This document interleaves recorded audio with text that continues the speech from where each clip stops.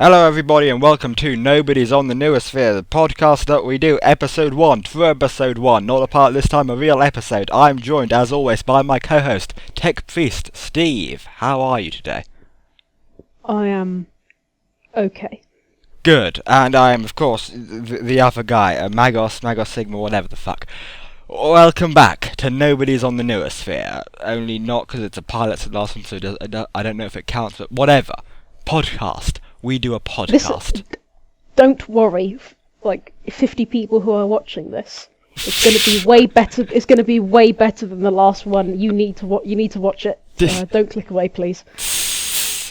Do you think that's going to be our audience retention? Do you think we're going to get 50 who are going to watch again after they saw the pilot? Do you think it's just going to be... I mean, I have like 200 subscribers now. Less than half of them saw... I don't know, how many saw the pilot? Let me check right now. It was close to that other... It was 150. Triumvirate. So, if it's 150 or so saw the pilot, and I've got 200 or so, then the 50 who didn't see the pilot might watch this one. There we go. Yeah. Some of them might also think, oh well, he can't keep that Tech Priest Steve guy around. He's got to have gotten rid of him by now. Yeah. Maybe they'll click to see if I've upgraded and got a new host. No, it's this. This is what you get. It's still me. Yeah. Fuck you. This is great. This is gonna be good. This is gonna be podcast about Warhammer. Speaking of Warhammer, all of the Warhammer news has happened over the past, like, 2 weeks, 3 weeks, something, I don't know how time goes. 8th edition. 8th edition's coming. 8th edition. What do you think about 8th edition? Yes, I like what I've seen. Yeah. A lot of the new rules I really quite like. Just all the new shooting rules, all the new combat rules. For a lot of it waits to be seen just to how. Because I mean, what they've released so far is just like such a thin, sliver of how it will actually perform on tabletop and how it all fits together. Yeah. It's very hard to get an idea of how it actually works. Apparently they're going to live stream a game soon, I think. So that'll be interesting to see. But from what we've seen, a lot of the individual changes do make sense. Like the unifying of profiles is one of the big things. The way they all work the same way now. There's no different way for vehicles. Like there's a difference between walkers and gargantuan creatures and the monstrous creature and all that shit. Gone. It's all just the same type of data sheet. I like that. That's great. That makes sense. Also just a lot of importing from some of the rules in Sigma. Yeah, there's a level of Sigmarization in the way it's done. I don't mind. I feel that's fair. Sigma, the main issues with Sigma were the lack of point stuff was the real kicker, and there are some issues still there. How sort of blobs tend to rule with the way that you can the melee distance range is kind of. Last I checked this, I don't know, I barely came up with it, but last I checked that was kind of balked. But that doesn't, the way I read those specific issues don't seem to carry over. And the simplification level of Sigma, that makes sense, because that was really, of the big issues of 7th, that was one of the significant ones, that it's bloated in weird ways that are just inconvenient. Also the, have they said that they're going to import the keyword? The keyword system? Yeah. They've got the keywords. They've got also things. Instead of having in 7th, you'd have special rules like relentless, relentless, fear no pain, whatever. That you'd have to go and look in a separate book to go and find out what they actually did. Where now At least from what I've seen of the profiles, most of them are just Yeah, on the page for the model. it explains what every special rule does. On the special rules aren't sort of a generic type thing. It's a case of it'll be a special rule per that model. I don't even know if they'll have shared name type stuff between different codexes. It might be different, hard to tell. But yeah, they'll explain that on the profile, which not entirely anti-bloating as far as making data sheets. Some of the big ones might end up being long as fuck, but real convenient as far as actually seeing what the hell's going on. That's nice to, because yeah. Well, theoretically, it's got the same amount of bloat. It's just now now the bloat isn't spread out. The bloat it's centralized in the place the way your individual units are. That's fair, you know. It's nice when list building and going through stuff. It's nice to not have to also open the main rulebook, or there was on T used to post a quick reference sheet that was really useful, but it's kind of a pain that you had to use that to figure out a lot more of what was going on and shit. Yeah, so getting rid of dealing with that, nice, good, like it. That's nice. It's this kind of thing of when building a list, for the Admech at least, and for loads of other armies, you have to probably at least have 2 codexes and the rulebook open. Yeah, and it was a pain if you wanted like Forge World stuff as well, because then you need an Imperial Armor book, and oh god, things got convoluted quickly. But that should be alleviated to a degree now. That's nice. There's also been there's also been the introduction of the new stat movement. There's an old stat that used to be in the game, and then they got rid of it, but now it's back again. And that's cool. I like that. That adds differentiation. It's nice. It's fun. It is nice. It's fluffy in a way that I can appreciate. It's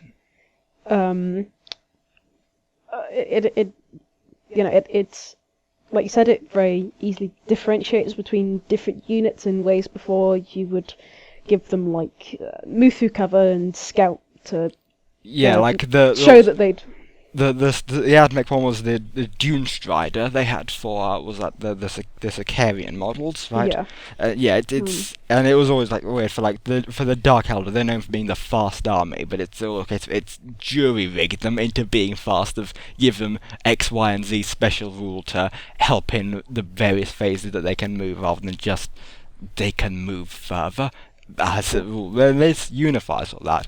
That's nice, that's interesting, that's extension to the rules in the kind of way that helps units feel like they should, feel like they're doing the law, play like they're doing the law. That's cool. I like that. Also in a very real way, it will. I'd say it will probably change at least somewhat significantly how different armies are played. Really, it can make Dark Elder. I feel like a good example of this. You can play them as a really fast sort of mobile force, of just whipping around the table, and that's cool. That's fun. That's nice. So overall, I like movement. It's good. It's nice. How do you feel about the new combat system and and specifically the basically the removal of the initiative stat and the role it has? I feel like it's fair. I'm not sure if I immediately like it. I understand why they did it. The idea of the unit that charges hitting first, I feel I like that on its own in a vacuum. That's nice. That makes sort of assaulting feel like more of a universal, decent enough idea, if you're at least a proper assault unit. Where that was always like the issue with Orc Boys, where theoretically they're an assault unit, but half the time of assaulting it's just you're gonna get mashed up anyway because you're hitting after anyway. It's You're basically charging into. You're charging into their blades. To hit you. Yeah. And that was kind of shitty. So I get that. But one concern I have is sort of the things where you've got the multiple weapons and things the way they were doing, like Thunderhammer's going last, and that sort of it strips away a level of that, which I'm Not entirely. It feels off to me. But it's the kind of thing I need to see in action to see how that actually affects it. But overall, I think neutral. I can see the good points. I can also see some points that feel a bit iffy. So I feel like really need to see how that operates in the game itself before I can make any verdict on that with any confidence, at least. Yeah, it's a bit of a strange one for me, just thinking about it from a perspective of at least to me, this change seems to be made to make the combat phase a bit more involved on the end of the player. Yeah, I could see that. And there is, of course, there's the thing of now, like, you can step out of combat. That isn't so much the exiting combat's now a much easier thing to do mechanically. You're not going to so much get locked up, and so yeah, it feels like it's with that the idea of you're always hitting first, like at least for the charging. And that makes sense in this case of even if they run away, which there's a decent chance a lot of you like say you charge Tau, like Fire Warriors. I can see the case of the logical strategy for them is always going to be exit combat as soon as they can. But at least it means if you're hitting first, then you're gonna do some damage on them regardless. So it makes sense with linking in with that, you know. Yeah. Yeah. To me, at least, like I said, it seems to be a move to give the player at least some more control over how the combat phase is handled. But I'd say at the expense, at least mostly, I know there are some weapons which will say, always hit first, like lash whips, I think. Yeah, I mean, well, the Admech example was the data spike would always hit first. It was the initiative 10 step. Yeah, but it seems to be, for that, giving the player more control, it seems to be compromising fluffiness and... Yeah, to some degree. Again, we haven't really seen how it'll interact with, as far as the rules go, things like Lash Whip or things like the Data Spike, things like the servo arms, and that because they'd always go last for hitting. It's like because that was how it worked for Tech Marines. They could hit with a servo arm as well, but it would always go last, rather than it was a bit of variance. Interesting to see. But it's just overall, it doesn't sound horrible. It's certainly an understandable thing. One of the things I don't like is the removal of armor facings, because with all of the unifying vehicles, it means it's just a case of you got your flat save, you got your flat toughness value. There's no more armor facings on vehicles, which I feel like that's removing a layer of strategy from the game, which I don't entirely like. On one hand. Yeah, like, if you're dealing with a vehicle, there's... I mean, at least, except for the strategy of staying out of its firing arc, there's no real reason to position, say... behind it. Behind it, or, say, positioning an Iron Strider on the edge of the board, so you can always hit side armor. Yeah, I mean, because you think that would mesh really well and interestingly with the new movement allowance. It would mean that the newly mobile unit would really benefit from being able to actually get behind enemy vehicles and like maneuver behind a dreadnought to do way more damage. But can't we do that now? Also, it's kind of removing a layer strategy with, at least with non-walker units, getting melee units in there just to stab it in its rear armor repeatedly. But I mean, on the other hand, the counter-argument is, look at a Dark Eldar vehicle. Look at the front of a Dark Eldar vehicle. The fuck is a front arc of that Dark Eldar vehicle? It's a spike. I suppose it's just kind of the same argument that's brought about for the removal of template weapons. It's just at some point convenience overtakes any potential strategy that comes about from this mechanic. Yeah, I feel like that's another thing. Cause, they've removed all templates, so flamer templates, blast templates, all gone. It's now just a case of D3 or D6 models are removed, or D6 hits are done, which I feel I'm okay with. I'm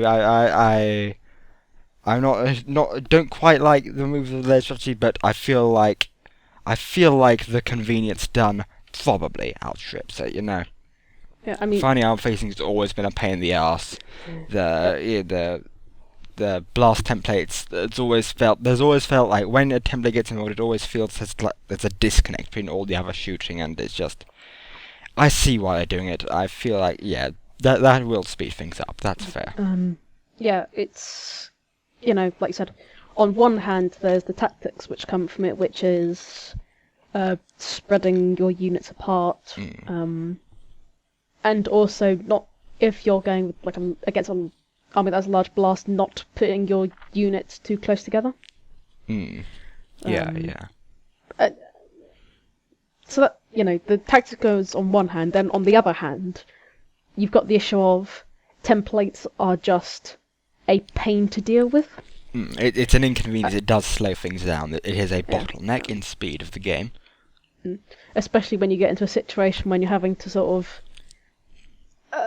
try to sort of awkwardly stand over the template to see the number of models which get in it. See how many models it gets if you're putting it between two units. Yeah, I mean, yeah. If you've played a game of 40k, you've probably dealt with playing around with a flamer template for too long, trying to see how many models you can hit, and then you get inconvenience with like the base sizes, and it's all just it's. Also issues with like units that have multiple flames. So like, okay, so this model can get X guys, and this model can get X guys. And once you get a unit, that's just. I was talking about with a unit of one phase. Once you get a whole unit full of flamethrowers, that multiplies the whole issue, and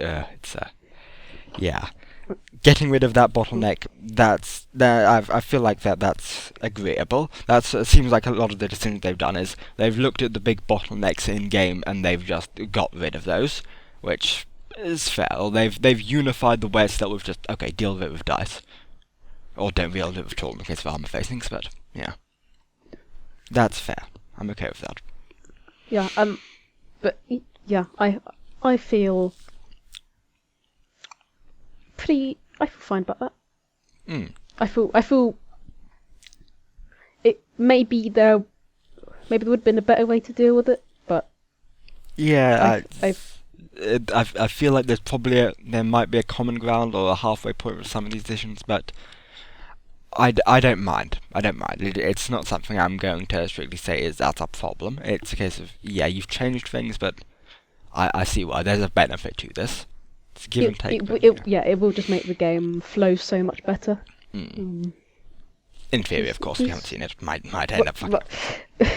Who knows? But yeah, I think I feel happy about that change. Yeah.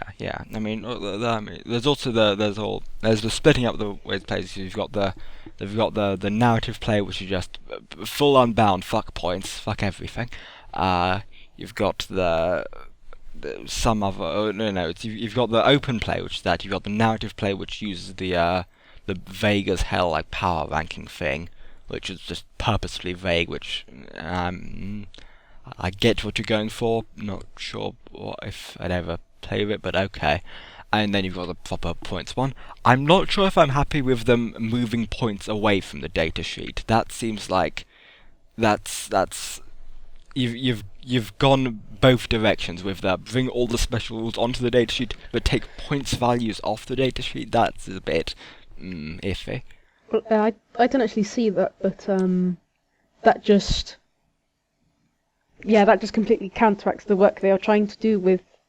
Basically, a lot of this edition was adding convenience. I mean, well, that's the thing. It's not like it's a new problem, because there's always been the issue with, and choose special weapon for this unit, and you'd have to go all the way up to the special weapons listing. So it's not like this is a new problem. It's just a case of that's retaining your problem. And I guess it isn't negating it to degree, it's a case of, all the points values are on, these pages, which that's nicer to look at least. I get that. So it's lessening an issue. But I feel like if they were going to do the thing with special rules bringing them onto the datasheet, probably just put the points there as well, bring everything onto the datasheet. Yeah, I don't see why it wouldn't just be more convenient just to have it on the data sheet, because typically, I assume it's the same for you. When I'm building a list, I will go through sheet by sheet and then just, sum up the total. And moving the points would just make it a little bit less inconvenient, or more inconvenient rather, when it comes to.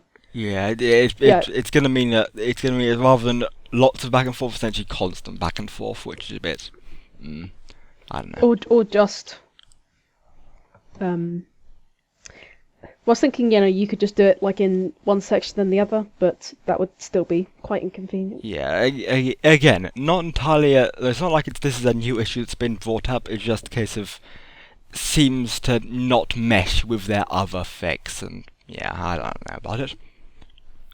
Bearable, but don't worry about it though. This is new GW. It'll be great. This is new GW.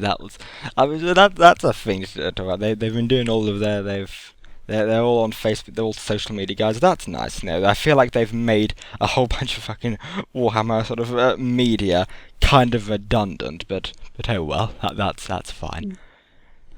R.I.P. Spiky Bits. You won't be missed, Bell of Lost Souls.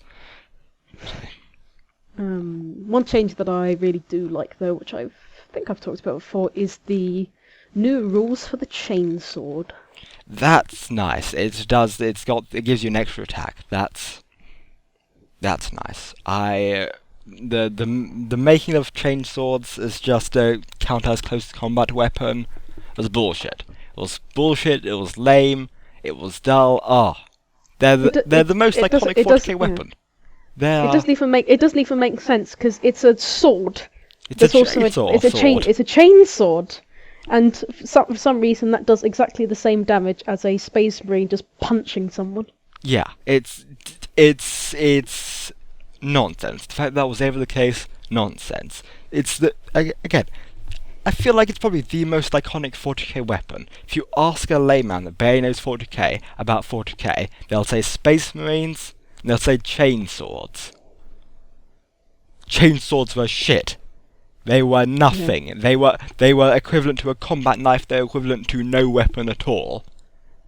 Them being a thing now, that's cool. That's rad. Yes. I like it. It's very nice. It is. That's good. Yeah. Yes, it's a good thing that I like. There's been the faction focus. I don't know how deep we want to go into too many of the faction focuses. I mean, there's all the new stuff with the Space Marines.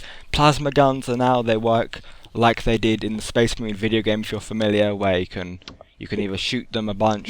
Can you overcharge them? Yeah, and you can do an overcharge shot. So essentially, the gets hot only applies if you do the overcharge shot, in which case it does 2 wounds and it has a better AP value, I think, or better strength value, or something like that.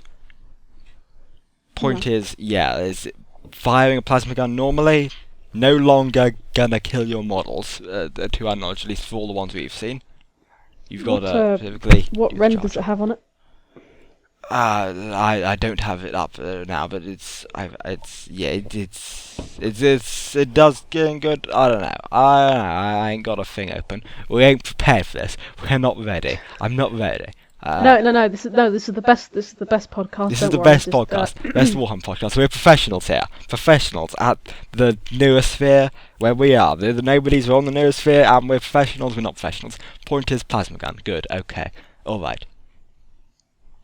There's also a new box set, the Dark Imperium. That's news. That's big important news. New big Dark Vengeance style box set. It's Dark Imperium now.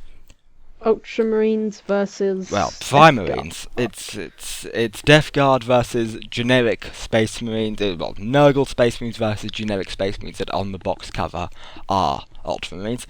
I've got to say, I'm glad they made them generic Space Marines, because that was the problem with Dark Vengeance, was they're Dark Angel Space Marines. They're mono-pose, but they've got the Dark Angel shoulder pad that you can't get rid of. It was horrible. It was the worst thing. It was fucking awful. They came with the Dark Angel Sergeant and Captain. Yeah, it was bullshit. The only utility for the Dark Vengeance box set was if you wanted Space Marines with a group of Fallen. That was it. That's the only way you can make that shit work. Because you can't. Dark Angels. Who plays fucking Dark Angels? If you play Dark Angels, sorry, but most people want to play Space Marines. They want to play generic Space Marines. You can't play Space Marines, you can play Dark Angels. Fuck you, GW, it's awful. It's the worst thing. Why would you do this? But now they haven't done this. You get Gully Marines, Primaris Space Marines, Space Marines +1. They're okay. They're Space Marines V2. Core Marines. Yep. Yeah, they're okay. We probably shouldn't get into that because that could be a whole podcast in its own right. But yeah, Core Marines V2. They're a thing. That's okay. Also, I quite like the rend system. With the lowering armor values rather than the armor value being a zero-sum game type thing. Yeah, because it just from a logical standpoint, it never made sense that a weapon that can entirely punch through power armor has no effect against Terminator armor. Yeah, well, it wasn't no effect in this case. Punch through power armor, but Terminator armor totally works. I don't know. It's okay. Yeah, I like that. I feel that's cool enough. I do like how it's a case of all weapons have a chance to wound. That's nice. I gotta say. Case of there's this because that was always like the form of knight lists.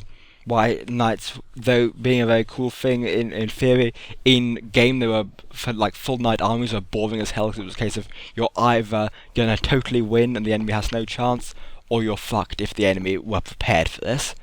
Because it's a case of they either have weapons that have no chance to do anything against you, or they have a bunch of weapons that are specifically designed to go against you. Now it's a case of, yeah, okay, this las gun, it can hurt a knight. Probably won't, but can. That's cool. Yeah, it's just kind of the thing of knights can deal with a lot of problems, but the problem of the knights can only be dealt with a very specific solution. Yeah. Which means that generally no one will play you if you have a knight on. Yeah, it's. I mean, it's just it doesn't lead to fun games. It leads to boring games with. Okay, you can tell after the first turn who's going to win, who's going to lose a lot of the time, and that's kind of boring. That's bullshit. That's not fun.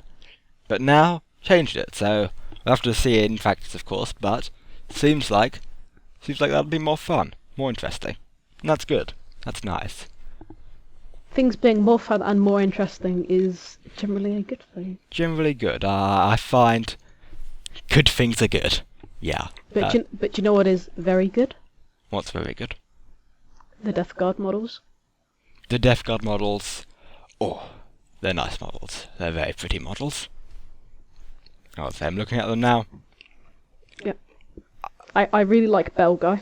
The Bell Guy is really nice. The Lord of Contagion, the Cataphractii armor, lovely. The Plague Marines, they're good. Damn good. I really like how they're doing proper fucking give them Horus Heresy, like the Mark III armor, give them the Cataphractii Terminator armor. The Bloat Drone, alright, kind of a little bit cluttered. That's probably I guess mostly stuff a bit cluttered. Sort of arguable whether the Blight Drone was better, but whatever. Bloat Drone, cool. Everyone loves the Blight Drone. Bloat Drone, pretty good. Poxwalkers, the Poxwalkers. The Poxwalkers. So good. So good. Damn good. I love the guy with the worm arm. Got the worm arm. I really like the guy with the bug arm, who looks like he's becoming an insect. That's awesome. I like the guy with the sidearm in the back. Oh, really nice. Oh. The guy with who's bursting out of his like hazmat suit. Love it. I don't know, 2 people that are watching this now. Yeah. Or listening to it more accurately. You go to Warhammer Community and look at the Death Guard models because they're very good. Yeah, if you've reached that picture, the guy on the far left, the fat guy with no shirt on. Look at him. You looking at him? You got him? Yep. Dr. Belisarius. I'm CIA. It's CIA. It's the CIA guy. It's the CIA guy from the Bane scene in Batman. He's doing the hands on his pants. Oh, it's the top meme. I'm going, if I get this kit, which I probably will. Yeah, I'm probably going to get this kit. I'm going to paint it and possibly model it so he's got CIA carved into his stomach. It's gonna be hilarious. I love memes. Memes are good. Bane posting will never die. Best meme. Only good meme. Kill all the others. It would be extremely painful. I mean, well, it wouldn't be, because the whole thing of nerve mutations is you don't feel the pain anymore. You get all the disease, but there's no pain. The line doesn't work as well if it would be extremely painless for you. Yeah. I mean, I guess the implication there would be, if he's CIA and he's Nurgle, then it would be a non-Nurgle guy who is Bane, who's... No, then it would be yeah, no, because it would be painful for a guy who's not Nurgle to have the mask removed. So still works, I think. We've gone too far. This is a bad idea. Well, the thing is that he was threatening the CIA agent by saying it would be extremely painful for you if you removed my mask. So that was the thing. Like this, so just saying to like this poxwalker, oh yeah, remove my mask, it's fine, I don't care. That's really with his like worm arm. This is a bad direction. The Plaguecaster. Let's talk about the Plaguecaster. The Plaguecaster doesn't look good at all. It really doesn't look good at all. It really looks bad. He's got like a weird like baby face. I've heard some people say like he's meant to be a headless and that's meant to be a Nurgling, but I don't really see it. It's like a little baby face. Yeah, it look, ew, you know. He's got like a shitty short staff. It's like, it's a gross short staff, not gross in the good Nurgle way, gross in the bad model way. Looks nasty. And he's got like, are those meant to be like flies? And like the thingy, and like the plague he's shooting out of his hand? I think they are. Pretty sure they meant look like to be flies. they look like trash. They do. They look like bits of metal. They don't look like flies. Yeah. At some point, when you're molding something that small, you just shouldn't try. Because the plague would have looked actively better if it wasn't cluttered by bad flies, by trash flies. Yeah, he looks real bad, will I say. But oh well, that's fine. The others look okay. He looks pretty bad. I feel on top of that. I don't really like the hood horns. Yeah. I'm not a big fan of the hood horns on him. I feel they clutter it up a little bit too much. Yeah, again, that is, if there is a concern, if there is an issue with all of these that can be brought up for any of these models, for the Nurgle ones, that they are, cluttered. So I feel like a decent chunk of this issue is that they've got a pretty strong differentiation in the paint scheme. If you were to be a more monotonous thing, like a more of a Blanche style painting where it's all sort of within a sort of a range, like a browns, and sort of, if you could keep it in browns and greens, that might work a bit better to make the clutter look less of an issue. But still, I like it overall for most of them, just the Plaguecaster. But for every Plaguecaster, there's a Blightbringer. There is. That's big bell. And I love the kind of horn that's growing out of his backpack. That's lovely. That's cool. I like that as kind of a visual representation of the corruption of Space Marines, just because it's physically corrupting. Nurgle is physically corrupting his armor. Yeah, like that's cool. That's always interesting. Like the armors and the flesh are sort of they're both mutating together. That's cool. Like it. Oh, it's good. I also like that there's a bell on it. That there's a bell on the horn. Big bell. Good. Big bell's cool. Also a Nurgling with a bell. Nurgling with a bell. Plasma gun. Plasma gun. Plasma gun. Look at those plasma guns. Oh, and the one on the... A very curved plasma gun. Very... With curved bits. Did you see those warriors from the Plague World? I hear they have curved plasma guns. Curved plasma... Why am I making a Skyrim joke? Point is, new plasma guns. Look real nice. I like them. They look like old plasma guns. I love it. It's good. Oh, the Nurgle stuff, it's all great. The Nurgle stuff's all great. I'm going to end up starting some Nurgle stuff for some reason, because they look so good. Oh, beautiful. This isn't about the model specifically, but I like them being painted orange. They do. Contrasts well with the green armor. It looks nice. It works well. I'm a guy that likes the plasma blue, but I like the differentiation. I like the orange here. Interesting. Looks good. Turns out all right. I like Chaos having different coloured plasma to Imperial plasma. That's fair. Yeah. I like it. It looks good. Speaking of looking good, oh, sorry, we're going. I also like the Nurgle symbol on the backpack of the Lord of Contagion. Oh yeah, that's really nice. The big, the big mounting he's got on his back. That's looks cool as hell. That's basically the one of the like promotional images they used back in the old trailer. So that's what's on his back. It's great. Yeah, as I think we've said before, smoke fire effects when modelled can sometimes come off as a bit iffy. Yeah, I think that was a thing I brought up in my in the Gathering Storm video I talked about. It was for Gullingman's sword. I think I brought it up for the Emperor's sword one. Where it looks a bit. I feel the effects on the Lord of Contagion work okay. They look pretty good on this. Yeah, as I said the last time, it's a fine line. I feel like pretty good on this one. They did good. Looks nice. Likes a big blade face too. That's cool. I don't know if I necessarily like the bile that the Plaguecaster's shooting out the plague, because it just kind of looks like he's shooting out porridge at people. The Plaguecaster looks bad. I was thinking about this of what I would do with the Plaguecaster. Say, remove some of the limbs face down beneath the foot of a knight in a big splatter of fucking Nurgle's rot paint. That's the only way I could think to make this a useful piece. The one thing I like about him is that a bit of the armor on his foot's destroyed, so you can kind of see his that looks alright. His foot. That looks okay. That. Yeah. I mean, should we talk about the Primaris Marines as well? There, model wise. Yeah, sure. I feel like there's not that much to say. The normal ones look alright. The jetpack ones look horrible. The Gravis armor one looks pretty bad. Is there anything more? I mean, the shields on the guns are so small as to not be useful. Yeah. It's not that. I get what they were going for with the whole the astronaut type thing. Make it look like NASA.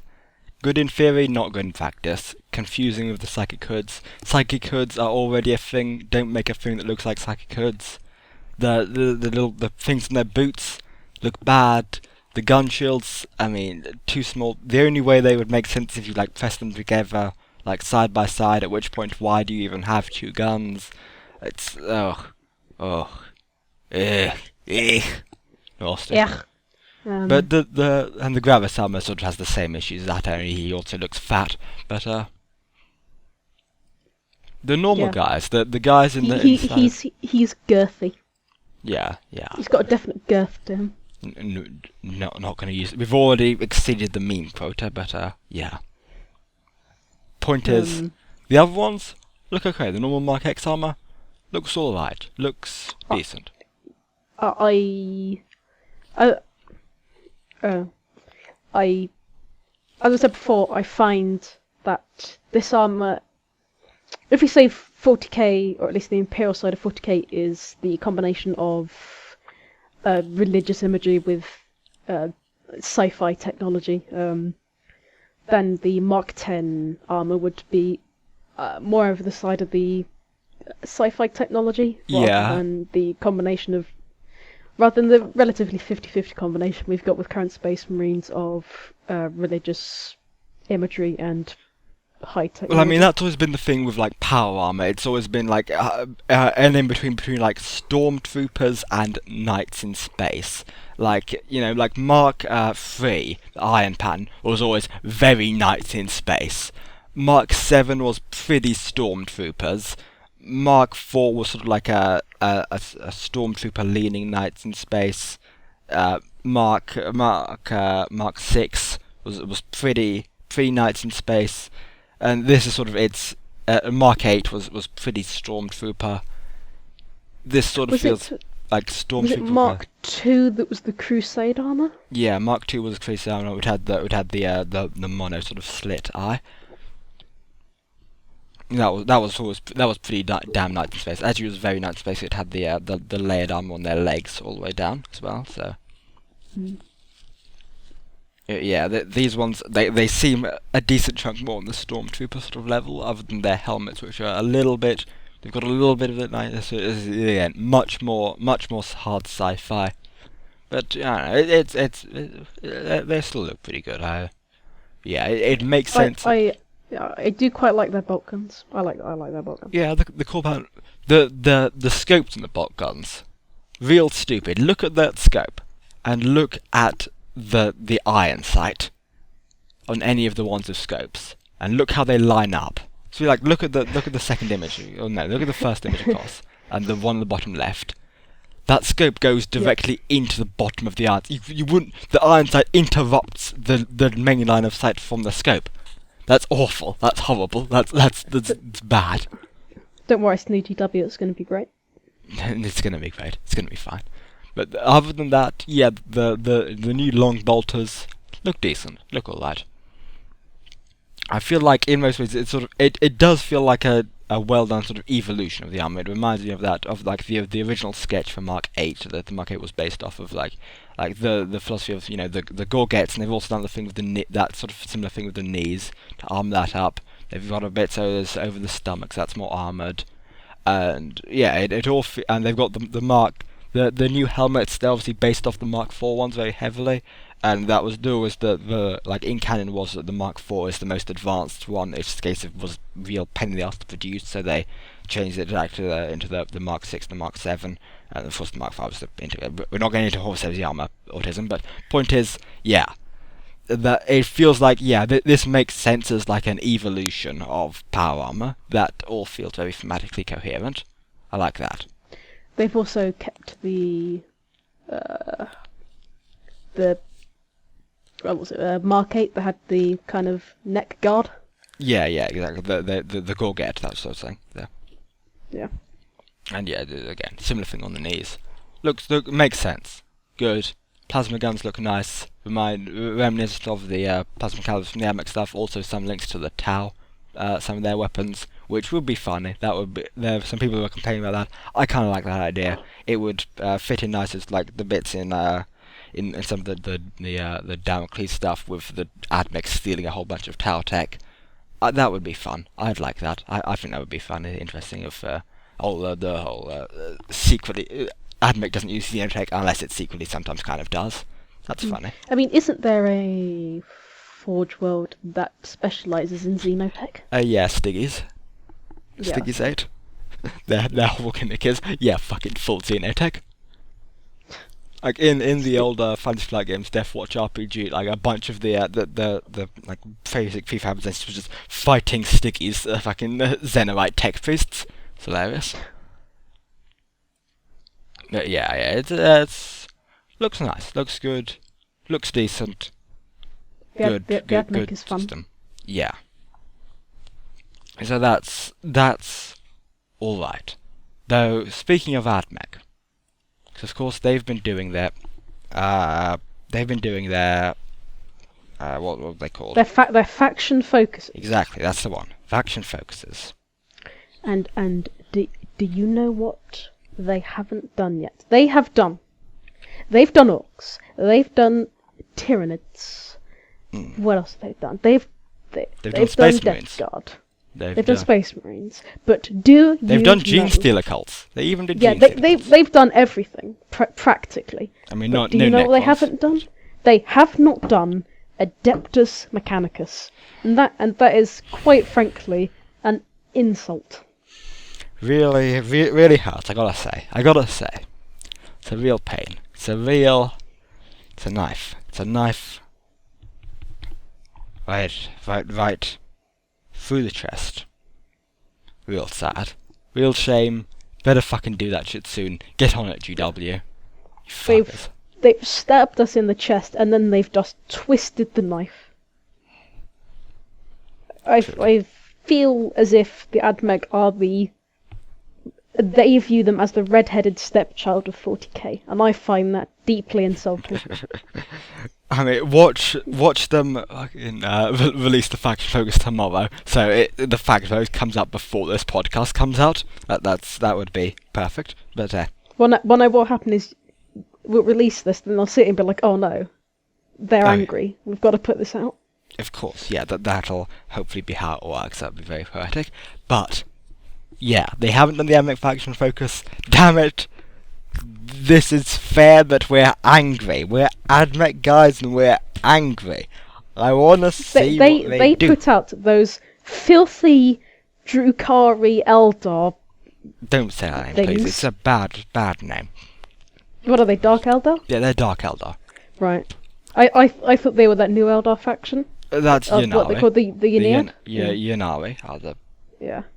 I don't know a lot about Eldar, because they're filthy space elves that deserve to be exterminated. Fucking, because the other thing, they're unifying Admech in this edition. They're gonna be like, to a degree, it's all one thing, and the way they're doing their index simplifying rules, there's a concern of if they're gonna oversimplify all this stuff. And a lot of the Admech rules in 7th edition. So we're talking about 7th edition, but the Admech rules real fun, real good, real fluffy, they're real great. And I'm worried. I'm worried they'll fuck it up. Yeah, with the infiltrators, when you rolled a 6, you got 2 additional. It was crazy. What a time. What days were had. Because it didn't count as 2. It was 2 more. It's craziness. Yeah, but we'll see. Maybe, but we haven't seen. We should have seen, but they haven't. Fuckers. It's I don't know. I want to see if it's gonna leak first or if it's gonna be put out by Games Workshop first. Because the leaking has started at this point because they've sent out a bunch of the indexes to a bunch of stores. So I know a lot of German ones were leaking for some orc stuff earlier today, and yesterday I think a bunch of stuff from an Italian store was leaking. So hopefully something will come out for them. I want to know. I want to see. Tell me, damn it! I need the truth. I need the information. They released Imperial Knights before Admech. They did. It's pretty sad. Kind of a shame. Pretty. It's a sad time for it. Should be a sad time for all Admech players. Should be a sad time. This is like near Mars getting taken over by heretics. No, this is GW not releasing the Admech faction focus is essentially it's pretty much equivalent, to the schism of Mars, to the death of innocence, all of that shit. Yeah, pretty horrible. Pretty much the worst thing. I mean, on one hand, the entirety of the Second World War. On the other hand, Imperial Knights before Admech. Yeah, I mean, you've got in one palm you take the Holocaust, in the other palm you take not knowing if Sicarian infiltrators are gonna be still cool and fun. And I feel like I've got a heavy weight in both hands, I feel the kind of anticipation is close to people who didn't know if a family member had died during the 9/11 attacks. It's really just that bad. It's a real nightmare. I gotta say, it's a real pain. Infiltrators, plasma calivers, rangers, all very close to my heart. And I feel that GW Games Workshop, those fuck boys, those bastards, those are playing with are playing with my emotions about what may as well be close friends and family members at this point. When will they pay? When will they pay? But I mean, at least if they don't release it soon. I mean, they better. Yeah. Theoretically, they're probably going to release it before the pre-order, but even if they released it on the date of the pre-order, even if they released it tomorrow, it wouldn't be soon enough. Because it should have been the first one. Because every single person needs to know about the Admech rules. Because they're the best. You play They are Admech because the they're best. the coolest. Oh. But Everyone needs to know that the Admech are the coolest, and they are wrong for playing a different faction. if you play Objectively wrong. if you play a different faction, then you just have worse taste. It's that simple. It's scientifically proven. It's proven. The Admech proved it. They proved it when they released and they had the coolest models ever. Speaking of, the Admech model line, the Skitarian line, the Cult Mech line, it's a really damn good model line. It is. You got some real. There's a few exceptions. I talked about the Electro Priests, kind of iffy. Their faces a bit iffy. They are trash priests, both in fluff and model-wise. Well, I mean, they should have been more trash priests. It's sort of they've got confused fluff, where it's in some cases they're these weird out there zealots that not even the tech priests barely pay heed to, and they suffer their presence. They don't really want them around. In our fluff, like for the book tech priest, they were like these like honoured, specific like part of the leadership of a forgery, and it's don't like that. But point is, their faces kind of off. But we're not getting into that. This is about positivity. I liked how they were portrayed in the binary succession, where their only action in it was to hit people with electrified sticks. Yeah, just to madly assault, to madly and blindly, literally, flail around with big shock staffs. That was fun. Or Just anti-shock staffs. But, you know. Very angry. Also, the Stalin robots are a bit. But the Sidonian Dragoons, the Tech Priest Dominus, the Skitari, Vanguard and Rangers alike, the Zakarians, Even though they are extremely difficult to transport and move at all because of the blades. Yeah. The Cataphon Servitors, the Onaga Dune Crawlers. I think that's all of them have. Did I list Tech Priest Dominus? The Tech Priest Dominus again, maybe. It's that good that you have to list it twice. Gotta list it twice. The Tech Priest Dominus is seriously. It's probably my favourite model that they've released in a while. Possibly favourite full time. Possibly. I wouldn't be averse to saying it's my favourite. He's real damn good. Oh. Look at the Dominus. Look at the Dominus. The flow of this whole model. The sense of motion in this model. The whole thing. It's got this consistent arc with the way all the arms are, the way the whole body is swept back. It's perfect. Because this guy, the size of him, if you haven't seen his model compared to other models, he's massive. But when you consider how hunched he is, he's huge. And the way the robe's done to show like just enough of the like insect spike legs. It's perfect. Masterful. All the cables, perfect amount of cables. The robot arms are all like done differently. So you've got sort of the thicker, more classic sort of bionic arm holding the staff. You've got the total like skeleton arm holding the Macrostabber or Phosphorus Serpenta. You've got the one that just goes right into a gun arm. Oh, beautiful. You've got the two tanks of at least how it's painted, some sort of liquid. Yeah, like the rejuvenate fluid, sort of like a big alchemy set on his back. You've got on his back, which you'd think would be quite inconvenient. But nah, although it's fine. You can probably control it through what are they called? Mechadendrites. Right? Electus. I mean, well, it would be it would be the basic Admech implants of the cortex. Cogitators? No, there's the word for this. Fuck. This was the one in the Fantasy Flight games. RPG. Trying to remember back to the Rogue Trader RPG here. Fucking. I forgot it. I've lost it. Point is, he can figure it out. Yeah. It's also, fine. on top of that, you can give him a chef's hat. You can. You've got the two heads. Oh, the two heads. Great. You've got the whole. You got the big like the big. There's a name for this hat, but whatever. The tall like religious full religion hat.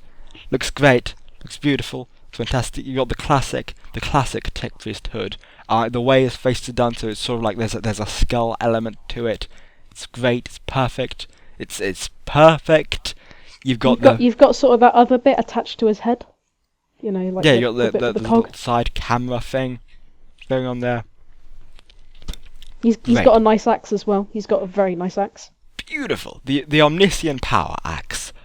The fact that no third-party bit seller sells a proper Omniscient Power Axe is disgusting and idiotic. But this, it's so good, so good. Like Belisarius Call. I feel like his goes a little bit overboard maybe, but this is the perfect level of detail. The perfect level.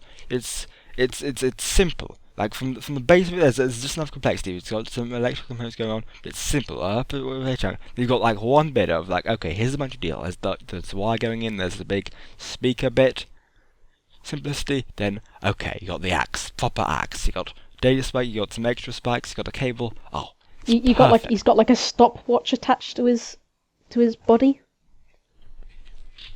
Or like you've got that like little some sort of dial. The little meter dial bit. Meter. It's great. You've got the whole power pack type thing on his back. The potential coil type thing. The weapons on him are great. The macro stabber, amazing. You can take Volkite weaponry. Yeah, I'm getting that. Hold on, wait. That's saving the best for last. You can take the macro stubber, which is amazing. It's a fucking space. It's a magnetic space Uzi. I love it. You can take the eradication beam. It's a big death ray. Great. You can take the phosphorus penta. It's a massive oversized 6-shooter. Beautiful. And you can take Pistolet Resistance. Volkite. You can take Volkite. 40k. Pretty much the only way you can take Volkite, other than like fucking the Ordinatus Minoris get their Volkite Sentinels. But other than that, it's the only Volkite, and it's beautiful. Volkite's the best literal War of the World Martian heat rays. Magnifique. Brilliant. So good. The best model. He's the best guy. He's so good. Perfect. 10 out of 10. 5 stars. Victory. It's a very nice model. So he's got wires all over him. All cables. Connecting. So many cables. Cables. Yep. It's very nice. He's great. And the conversion potential on it. There's so many conversions. Use bits from this guy. It's great. He's got so many. There's a classic one of just like of switching around like the way the body and the leg section attach, and it just changes the whole feel of the model into being this sort of massive tall guy. It's great. The conversion potential is astounding, amazing, brilliant, fantastic. He's such a brilliant. Also, just the lovely layered hot armor on his back. It's very nice. The inside are like sort of like a scalloped armor. It's great. It's that whole like the subtle like insect feeling to this guy. Of how like he's got the 4 arms. He's got the innumerable legs.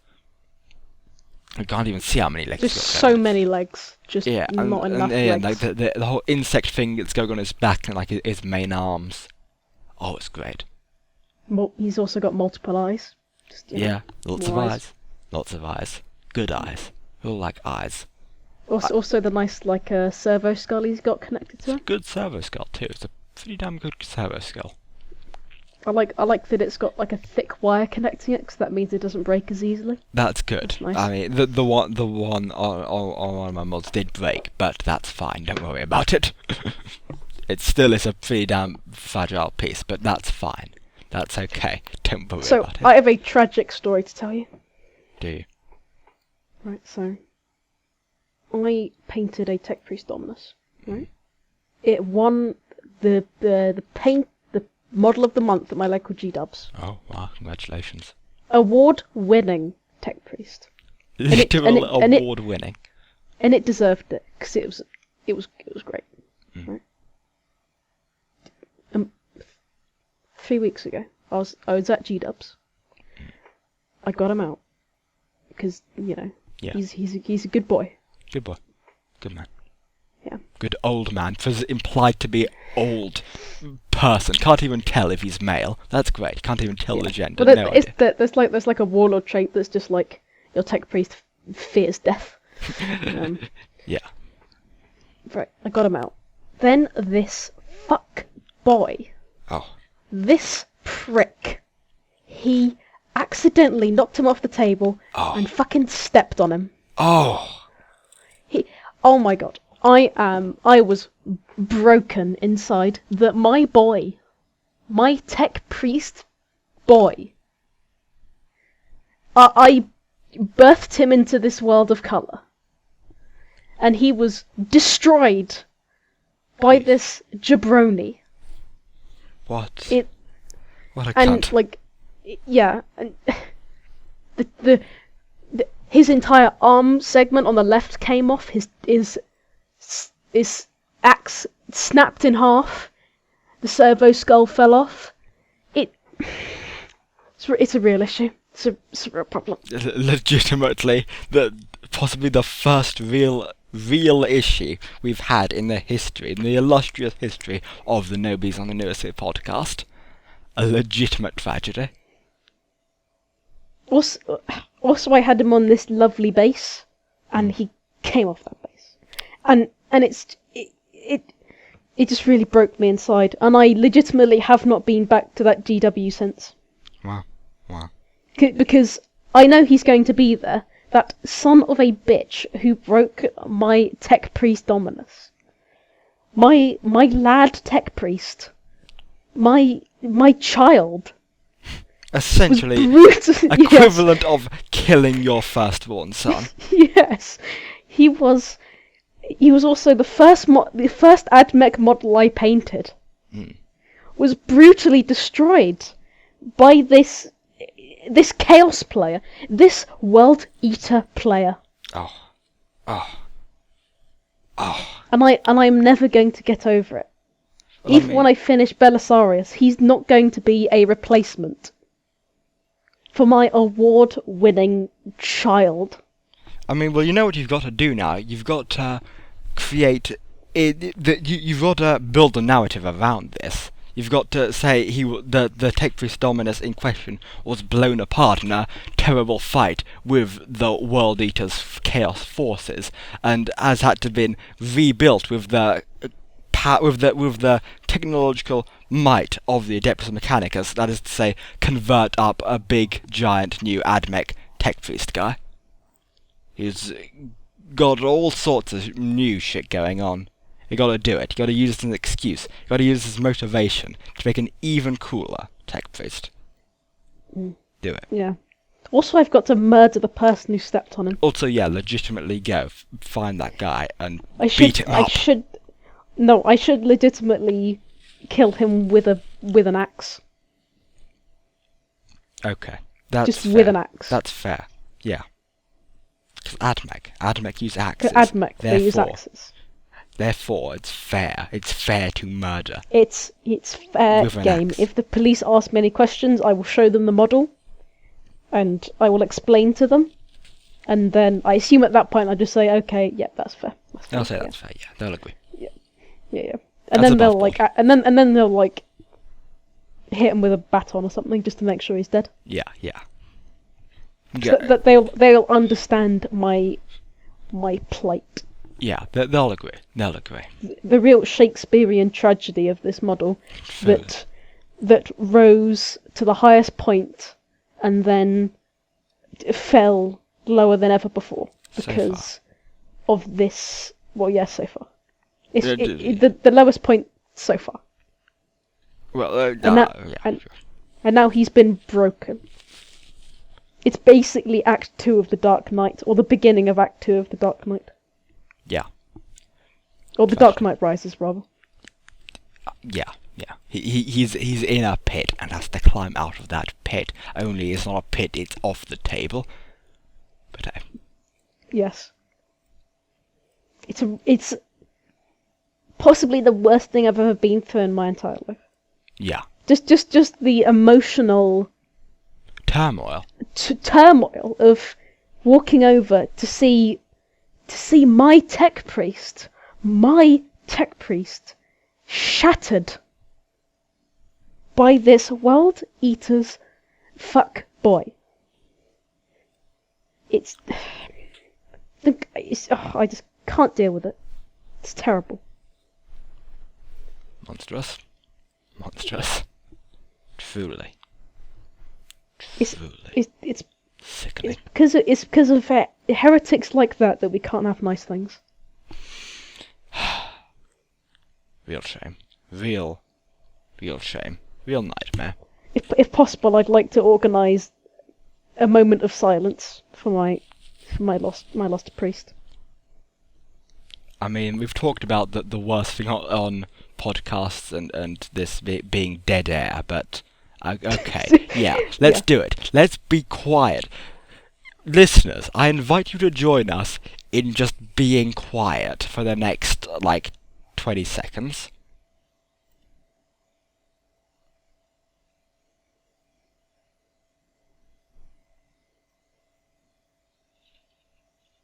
Right, it's been 10 seconds, fuck it, I'm bored. Okay, let's go on to the next thing. Speaking of tragedies, speaking of things that have been ruined, let's talk about the video game franchise of Fallout.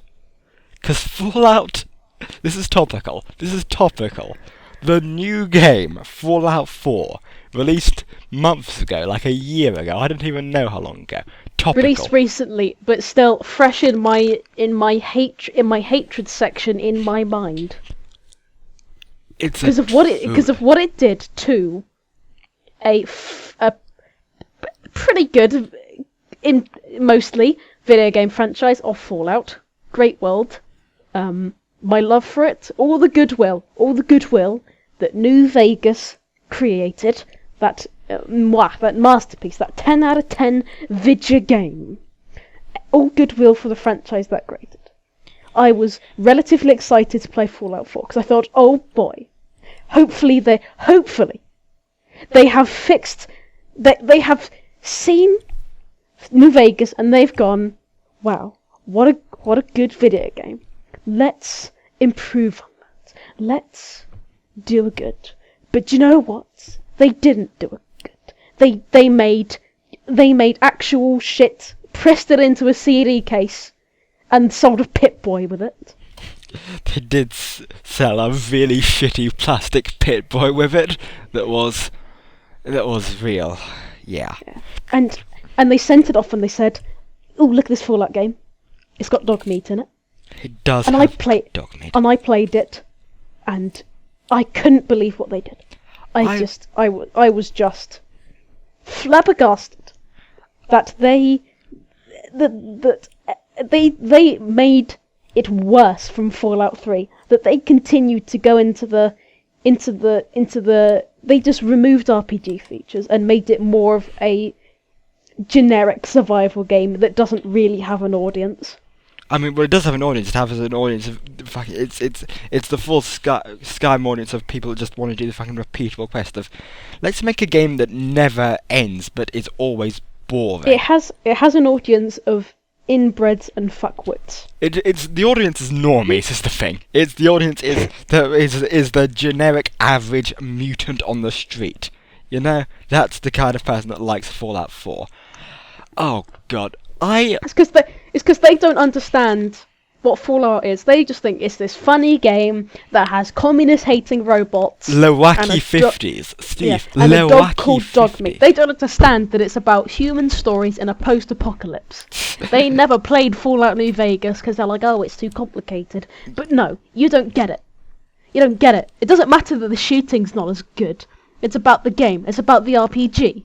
Yeah, it's about the perks system. That's okay. So that you brought up there that was one of the things we may have talked about this topic before extensively in other discussions. What are you talking about? We never talk out of these podcasts. We never talk. This is all our conversations. But point is, I brought up this argument talking about the story of Fallout and what Fallout is thematically about, because Bethesda seems to think it's this 50s parody. It's 50s America, Lowaki America 50s.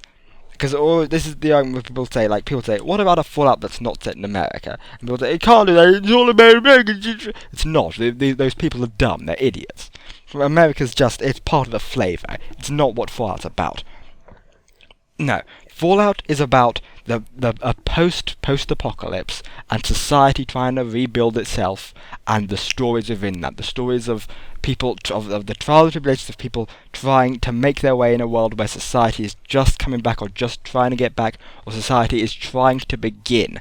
That's what it's about. But they don't care. And Bethesda doesn't care about that. Yeah, it's about that, with the kind of set dressing of Vault-Tec, Nuka-Cola. It's mainly about what you just said, but then it has this kind of nice set dressing of, 50s parody. But that was never the main point. No, that's the flavour to it. That's part of the flavour. It's not the core of it. That's not the thematic core. It's not the centre. But Bethesda doesn't care about that. That as far as the settings go, it's Lowaki 50s. And as far as the gameplay is concerned, it's not an RPG. No, it's an open world. It's an open world adventure. That's to say, walk around, repeatable quests. It is closer to Far Cry than it is to Fallout New Vegas. It is. The repeatable quests are a joke. Get rid of them. They're awful. They're bad. They're trash. They're garbage. I hate them. I hate them so much. They're the worst thing. They're so bad. So also the base building was shite. Oh yeah, base build. Fuck it. Minecraft in Fallout was a mistake. Mods Fallout did it 4 better was a than mistake. It was. Okay, so I feel like. It is a legitimate blemish upon this world.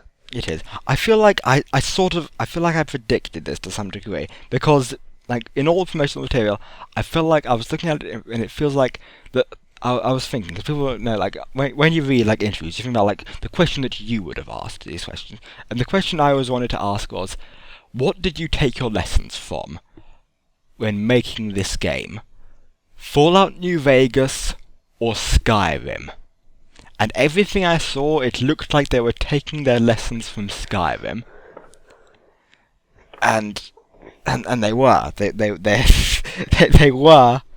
And it doesn't even have the good things Skyrim had. Skyrim had some good things going for it. It had an interesting map to explore. The map, there was a lot of visually interesting, a lot of thematically interesting things. It brought back some of the Kirkbride stuff, some of the interesting deeper lore stuff some of the thematically interesting stuff that was in Morrowind. Morrowind was so rich with. Mechanically it was dumbed down a lot, but whatever. Fallout 4, everything's dumbed down. The mechanics, they're shit. It tries to be a shooter game. It's not. It's a bad shooter game. No, don't. It's not even good. And it's not an RPG if you take either. every single element in isolation in that game, it's trash. Like here's the thing. You don't play a character. You don't make a character in Fallout 4. What you do is you make a self-insert. You make Todd or Nate. Not Todd. Todd's the line. You make Nora. You make Nora or Nate with a different name, because they're only going to be Nora or Nate because you have this the voice actor. Yeah. You're either going to be an ex-military man, or you're going to be a lawyer. A lawyer woman who can use power armor. Yeah. Yeah, who knows how to use weaponry and power armor. But the thing is, you don't make character in the stats either. You just make a temporarily embarrassed Ubermensch. Because the way they're looking at it is you just increase your special stats. And that's all the special stats are. It's a case of, you're just a guy on your way to being the best human. And that's shit. It's bad. Sure, in New Vegas you could increase your special stats, but it was bloody difficult to do it. And it cost a lot. Yeah. It was limited. And it was only really expensive. A late game thing you could do because it cost that load of monies. You could do it with the special training pack, which was like you could do it a few times at the beginning of the game, and it wasn't the case of you max it. It's a few increases, and you can do it with you could do like small increases with the the modification stuff, but it was a limited thing. It wasn't you'd never end up with 10 in everything. You never meant to. I mean, you could do it in Fallout 3 if you used one of the perks in the DLC. If you the Brotherhood DLC, which gave you 9 and everything, and then you picked up the bobbleheads afterwards. But that was bullshit. That was dumb, and they shouldn't have done it. And it's Bethesda's mistake. Because Bethesda are fools, and Obsidian were the best. Oh, they ruined it all. They soiled it all, and I'm mad. It makes me mad. I am legitimately angry about it. It because does. Fallout It is. because Fallout is a great setting. It It's is. really good.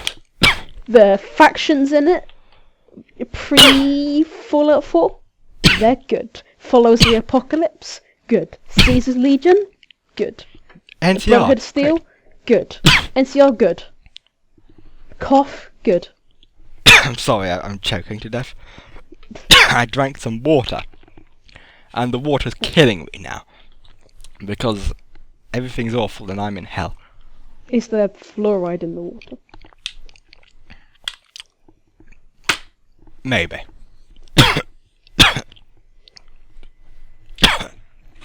Whatever. That's fine. But you know what isn't Yeah. fine? But yeah, Bethesda. These you motherfuckers. know, the visual design of Fallout, good. Laser rifles, they look cool. Power armor looks cool. The Enclave, cool, good. It's a good setting that's been soiled. It's been ruined. A blemish has been put upon the series that can never be erased. It's just... It can be if somehow Fallout 5 is as good as New Vegas, maybe Fallout 4 will be looked back upon as just this thing that happened. But you know what? It's not going to be, because Fallout 4 sold really bloody well. I assume. And it's popular. But and it wasn't and it was more popular than New Vegas, which is a crime. It's a travesty. Oh yeah, New Vegas was massively under-reviewed because it was a case of, yeah, New Vegas was a buggy mess, but if you could get past that, it was legitimately the best Western RPG that's been made in years. Arguably, I'd argue, personally, in my humble opinion, oh so humble as I am known to be, I believe it's the best Western RPG that is ever what they made. call you, Magos humble.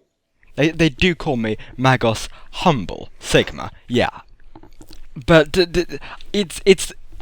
think it's the best Western RPG, and it's probably my favourite game, probably with mods. Yes.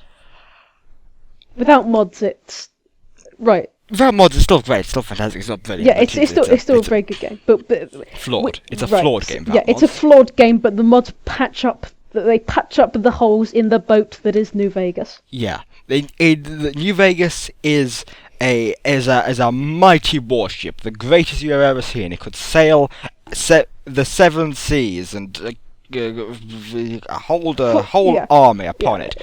A grand Viking longship. I guess not Viking, because that was Skyrim. Point is, it did have some holes. Fallout 4 is a boat with no hull.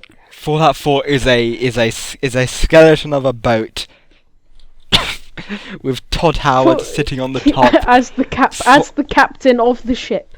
Todd Howard telling you that don't worry, you can build the hull yourself, because that's what's in this game. It doesn't have RPG mechanics, does have Minecraft mechanics.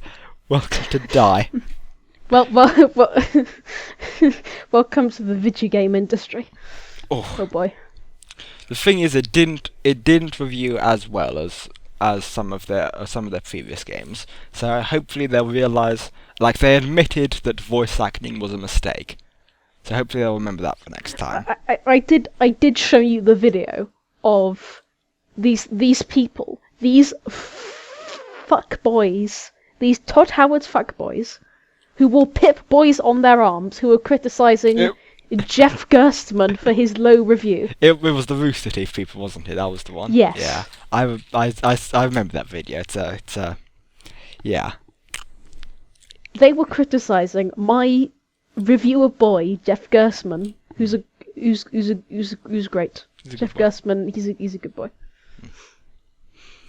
Yeah, it's Do you know it's not? Do you know it's not great? Fallout 4. It's a bad game. It's a bad video game. It's a legitimately bad and sad game. I pirated that game and I felt ripped off for the time I wasted. I paid money for it, and I really regret paying money for it because I in some way supported Fallout 4, and that's one of the worst mistakes of my life. Terrible. I really should probably be killed. Probably. You have committed a crime. Yeah. I've called crime the police. Against the video game come industry. in now. But no. No. Why did you do this, Todd? Why did you do this to me? You bastard. Why did you do this to all of us? To all the fans of New Vegas? He is worse than Stalin. And Stalin's up there, but Todd Howard's worse. I mean, there's the thing. Todd Howard, I feel like he didn't really do anything. It seems like he's just a more mouthpiece than anything else with Bethesda. It seems like he's just too laid back. He doesn't actually care. But just Bethesda in general is kind of they don't seem to give a shit about their games, or at least not Fallout. I don't know. If well, it's weird because Doom was good. Doom was Doom was published by them. It wasn't made by Bethesda Softworks. Yeah, you know? Doom was an it deal. Yeah, well, that was great, but but Bethesda are the biggest fuckboys in the world because they did you hear what they did with the reviews? Oh yeah, they wouldn't they did a bunch of shady shit like that, didn't they? They are going to stop handing out review copies until launch. Yeah. It's just... Which means that, if you want the 50 pre-order bonuses, they basically put out a statement like, we want everyone to experience the game at the same time, which means nothing. What does that even mean? Do you think we are idiots, Bethesda? That's obviously just marketing speech for, we don't want to give out review copies because review copies have a negative effect upon our business. We already have marketed ourselves into being a darling of the video game industry.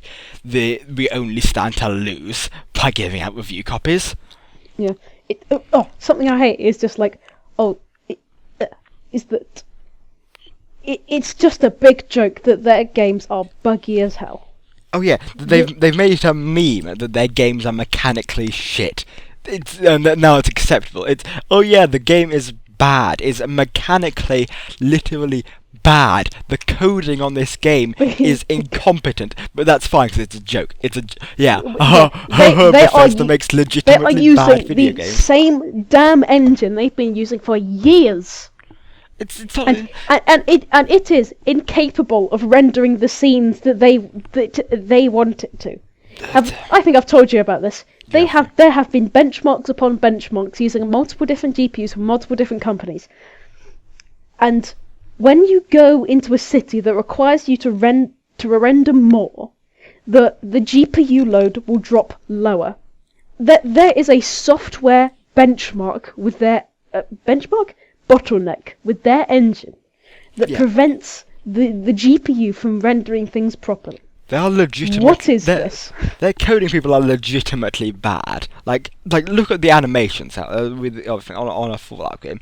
You see, a lot of people working with Bethesda are legitimately bad at making video games. The writers are legitimately bad. The coders are legitimately bad. The animators are real bad. The concept artists are good. Their marketing is good. I don't know fucking what else is good.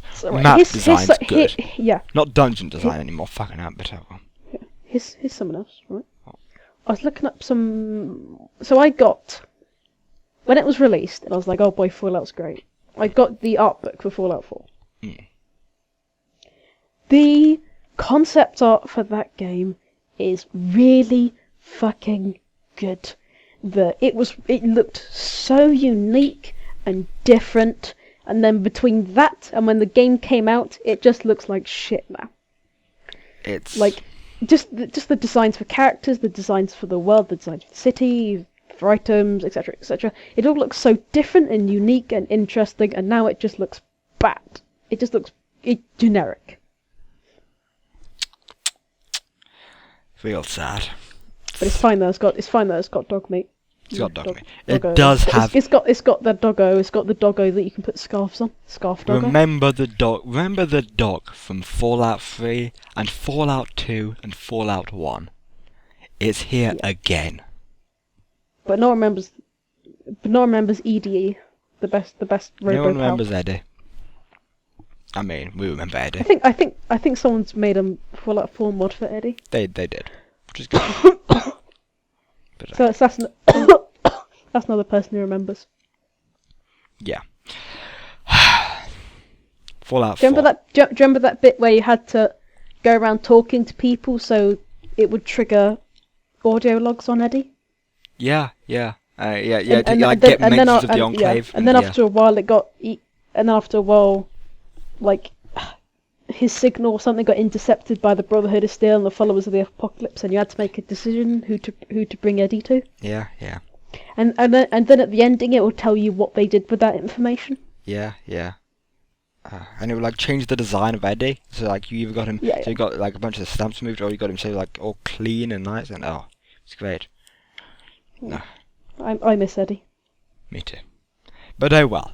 That's fine. It's fine that Bethesda has soiled one of the greatest IPs in the video game industry. That's fine. Don't worry about it. Who cares? Who cares anymore? It's got the scarf doggo. It's got doggo meat. You can put goggles upon his person. The robot says your name.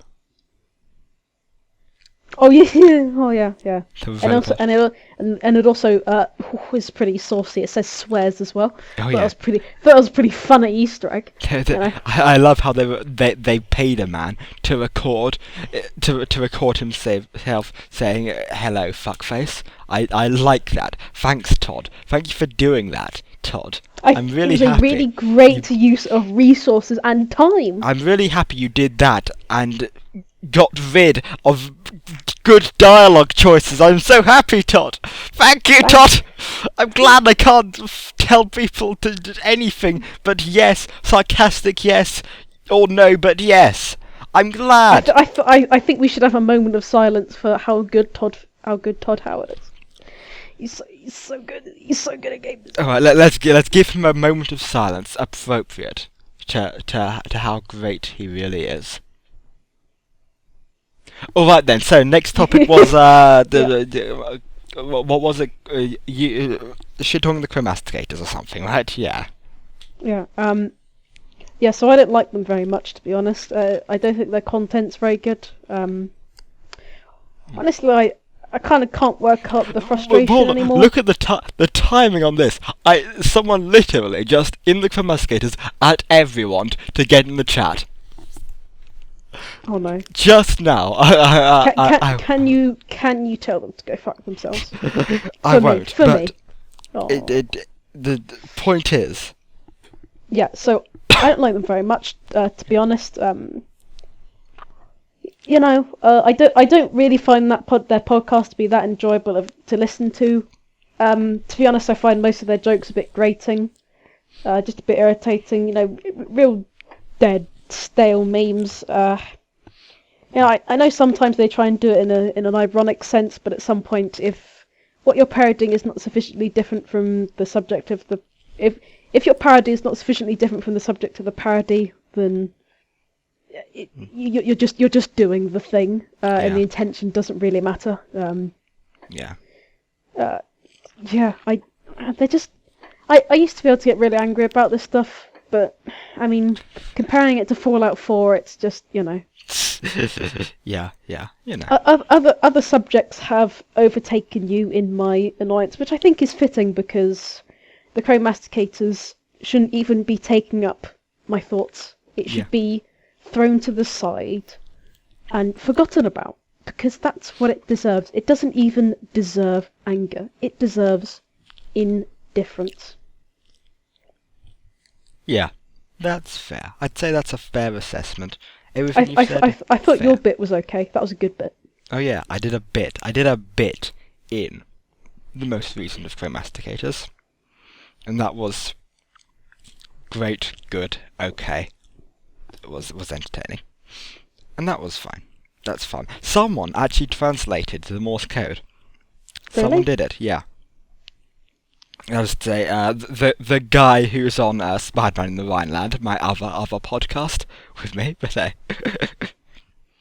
so yeah, someone put in the effort to fish out the sounds from that.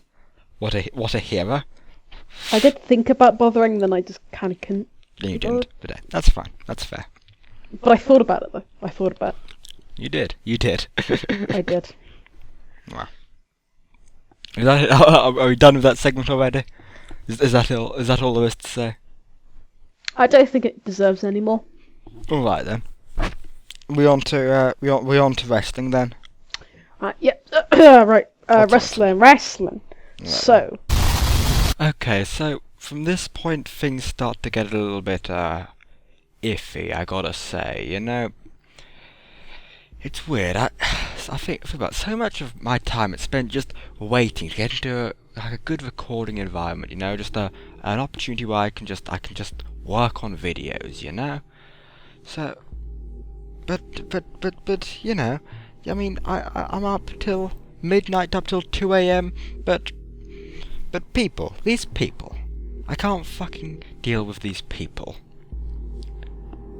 So. Beyond this point, you know, I'll start acting a little weird because I'm trying to maintain the decent recording environment, and it becomes, let's say, more and more difficult. Eventually, by the end of it, someone just walks into this room, into the room that I'm recording in, mid-podcast, and I've just got to try and keep the show running, and yeah, I gotta say, it really just...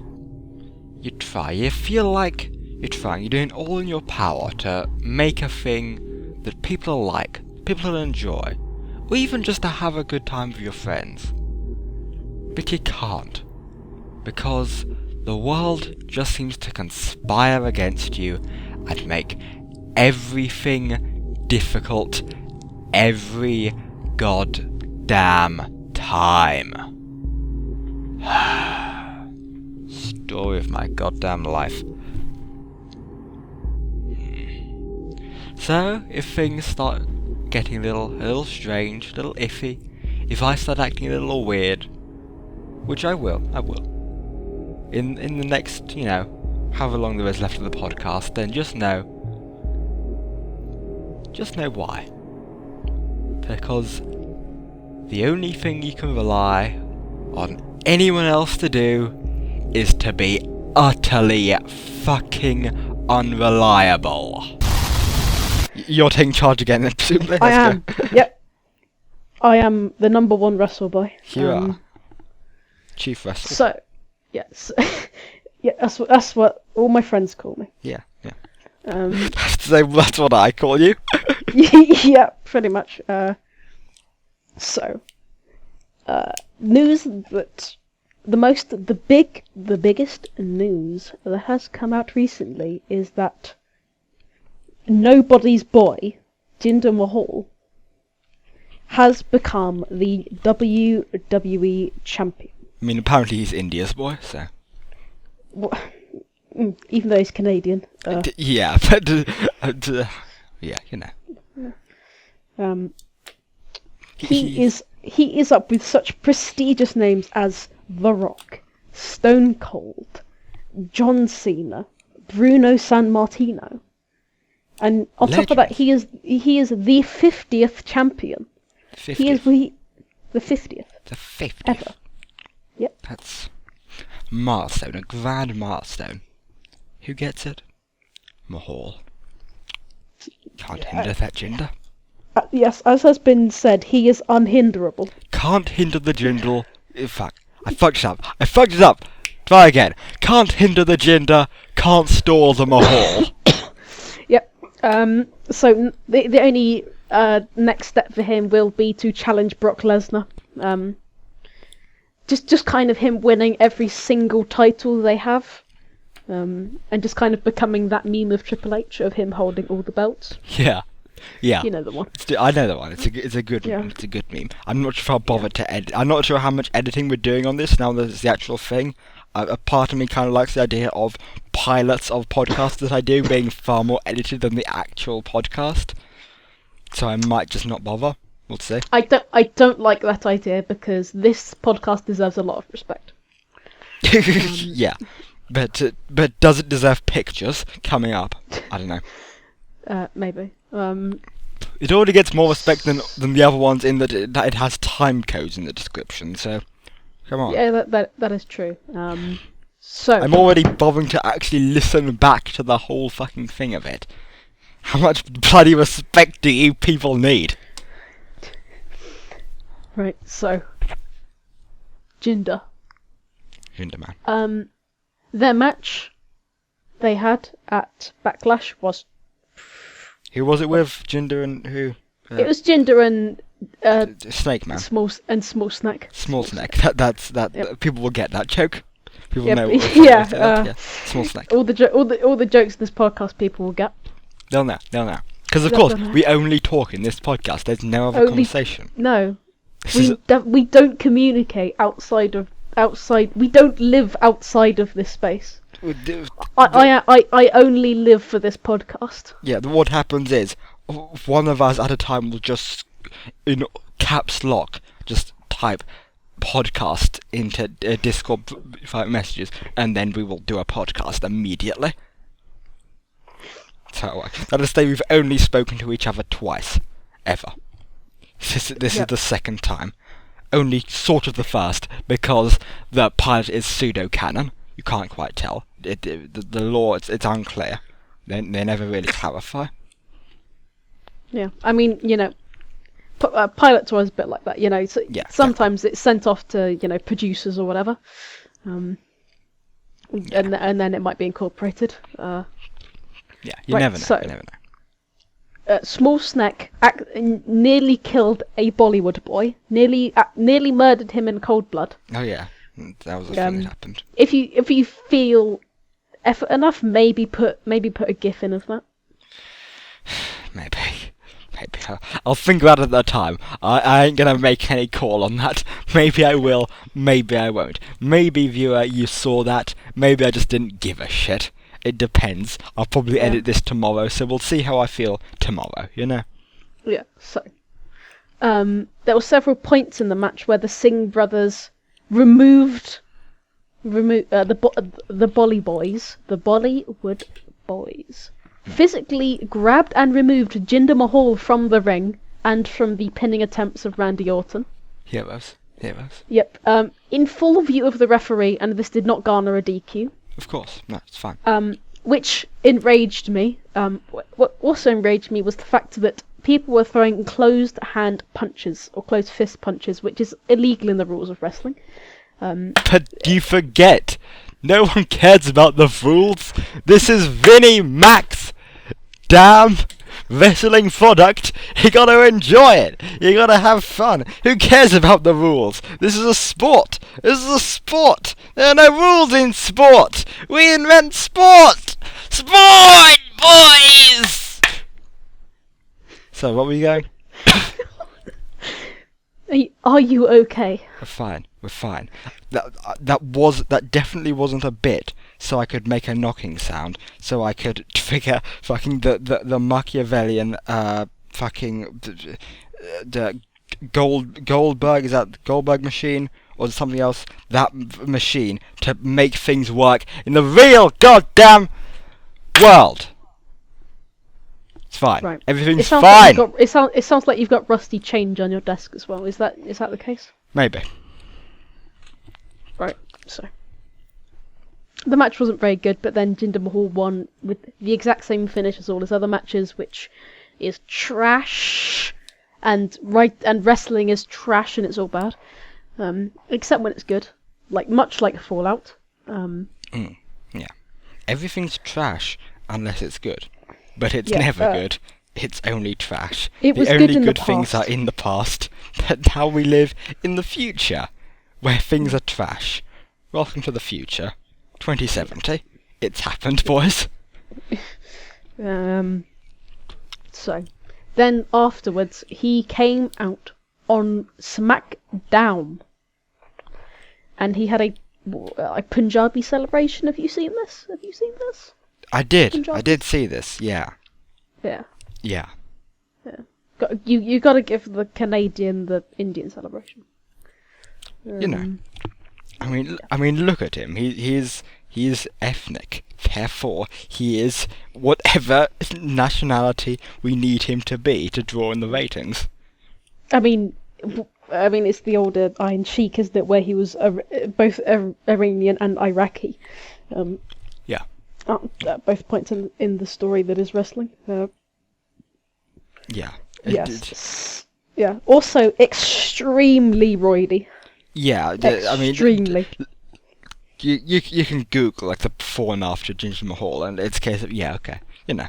Also, he has extreme acne all over his chest and back, which is you'd think it would be pretty disgusting to work with in the ring. Oh yeah, that's got to be pretty, because that's symptomatic of using the steroids, right? It is, yes, but it's Yeah. I mean, as Jinder has said, he just has a really good diet. Good diet. It's fine. It's okay. The best diet. Well, yeah, health committee. It's fine. He's not breaking the rules. Isn't it convenient when they needed an Indian star that there just happened to be a new one popping up that just happened to get really strong all of a sudden? Yeah, because they're pushing the product in India, right? That's what they're doing recently. Yeah, that is the thing. Yeah. So Jinder Mahal Jinder Mahal winning the championship is a soulless business move. Also, the fact that I'm calling it now. They are intentionally turning a blind eye to his steroid use so that they can push him. Probably, but you know. Oh well. To a Vinnie Mac. He has no brakes on his train. His train has 0 brakes. Frankly, a public safety hazard. Good. Yeah, it's been dropping. So Raw and SmackDown have been hemorrhaging views recently, dropping nice. quite substantially. I've heard about this, but yeah. Yeah, so the train is slowing down. But don't worry, we're gonna use India as a sonic speed pad boost. It's gonna be great. It's gonna be fine. Yeah. You need to get all the corpses from out under the train. Yeah. And all sort of the bits of broken car that the train has crashed into. Yeah, remember when WWE did good things? When wrestling was good? I don't know. I don't. CM Punk was good. I miss him. Yeah, I was watching a while ago, probably about a month ago. I watched unless the last podcast was a month ago, in which case less than a month ago. Between this time and the pilot episode, for continuity's sake, it was more than a month ago. I watched. Okay, then a month ago, I watched the Mania, so somewhere match, the something match. Again, the Gold. Was it the Money in the Bank one? Oh no, wait, Goldust versus Roddy Piper, the one where they wrestle in the street and they wrestle with cars and they run a street fight match. No, and they're running each other over, and then it uses the O.J. Simpson footage to do a fake car chase where they end up car chase fighting to the ring. That's at the beginning, and then at the end of the show they end up in the ring. And they wrestle their way from outside the building, into the building, through the building, down, into the ring, and they finish the match in the ring. And it's great. It's the best wrestle. It's the best wrestling. Do you know, I have to say, something doesn't seem to be on the level here. It.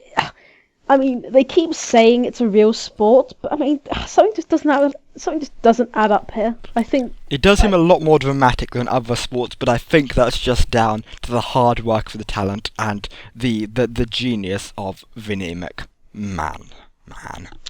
Yeah, I've had a lot of people say it's rigged and whatever. Just conspiracies, I assure just conspiracies, really. It's just people looking for attention. That's what it is. They just want attention. Of course, we all know wrestling is the only real sport. The other ones are all rigged. Wrestling is real, though. It's a real sport. Especially UFC. Especially very rigged. But all Definitely the other sports, rigged. all the sports you like and enjoy are rigged, and they're bad, except for wrestling. Wrestling is the only sport. Wrestling is real. The only real sport. Other sports are fake. They're fake. I bet they're all scripted. But wrestling, that's a real sport. A real sport for real athletes. Do you know who's the realest wrestler? Who? The Undertaker. He's just so good. Just such a real athlete. So good. Such a great man. He can actually fire lightning out of his fingertips. It's a real show of athletic ability, of peak human potential. What a guy. What a guy. It's because his nerves are so strong that he can harness the electrical power of his own body. Exactly. To shoot lightning out of his own fingertips. And also Kane can summon fire at will. Kane is a master. A master of fitness. He got so strong he can fire. Yes. What a hero. What a hero. Yes. What a baby face. What a baby face. No one understands the mimetic nature behind that. It just sounds like it's confusing. You've confused everyone. You've confused them all. That's to say, none of them would have been confused. But me bringing this up, that does confuse them. But I'm gonna blame you for it, you see. Because the funny part about this bit now is that I'm explaining what this bit is as I do it. The bit is now a bit about the bit. It's a Ouroboros of bits. It's a Mobius loop of bit. Welcome to die. But that does bring us on. Welcome to bit. Welcome. But that does bring us on. Also, hold on. I've got another bit to talk about. You're breaking my great bit transitions. My scene transitions are ruined, you fool. Okay, go on. I am sorry. Continue. Right. Fuck boy. Once I explain, you'll understand. Okay. So, these past 2 Raws, your boy, my boy, Goldust has been cutting. Goldust. Yeah. Has been cutting promos or vignettes where he is saying he is back in the director's chair. R-Truth was holding him down and stopping him from going into the spotlight. There was also, on the last one, R-Truth had his own segment where he was parodying Goldust, and he said he is going to get Goldust, and Goldust is going to get it. Wow. So it's a real interesting feud between your boy Goldust and possibly immortal R-Truth. It's legitimately, they are probably one of the more interesting things going on in wrestling, in WWE at this point. When Goldust blindsided R-Truth, I was shocked. It was legitimately a surprising bit. It was... Yeah. I mean, they built up a little bit, but it was still... It was... They've been a tag team for so long. They've got the co-theme, great co-theme song. So there's... what's he?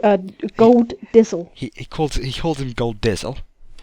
Gold Dizzle. R-Truth is 43 or something like that. They're both old men. They are, yes, they also had a great T-shirt design. they're also aging backwards. They're getting more fit. They're getting more powerful. They're only Goldust, growing in yes, power. Goldust is legitimately becoming a better wrestler the older he is getting. He is a better wrestler than he was back in the Attitude Era. It's confusing. It's legitimately impressive how much he's improved despite how long it's been and how much he's aged. Also, R-Truth legitimately looks the same from when he was in his 20s.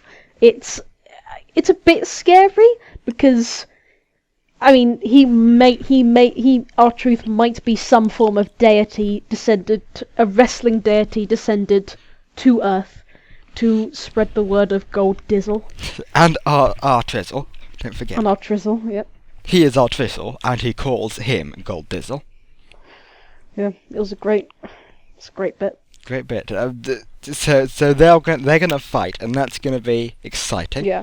At Extreme Rules. Oh. The rules are so not in that they are extreme.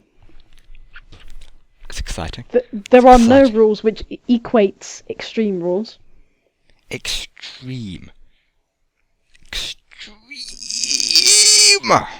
Yeah, there's no E, it's just extreme. Oh. Okay. There is actually an E, but you know. It's the other E. It's yeah. The other E's. Yeah. Yeah, that's fine. Extreme. That's good. Extreme. It's spelt with.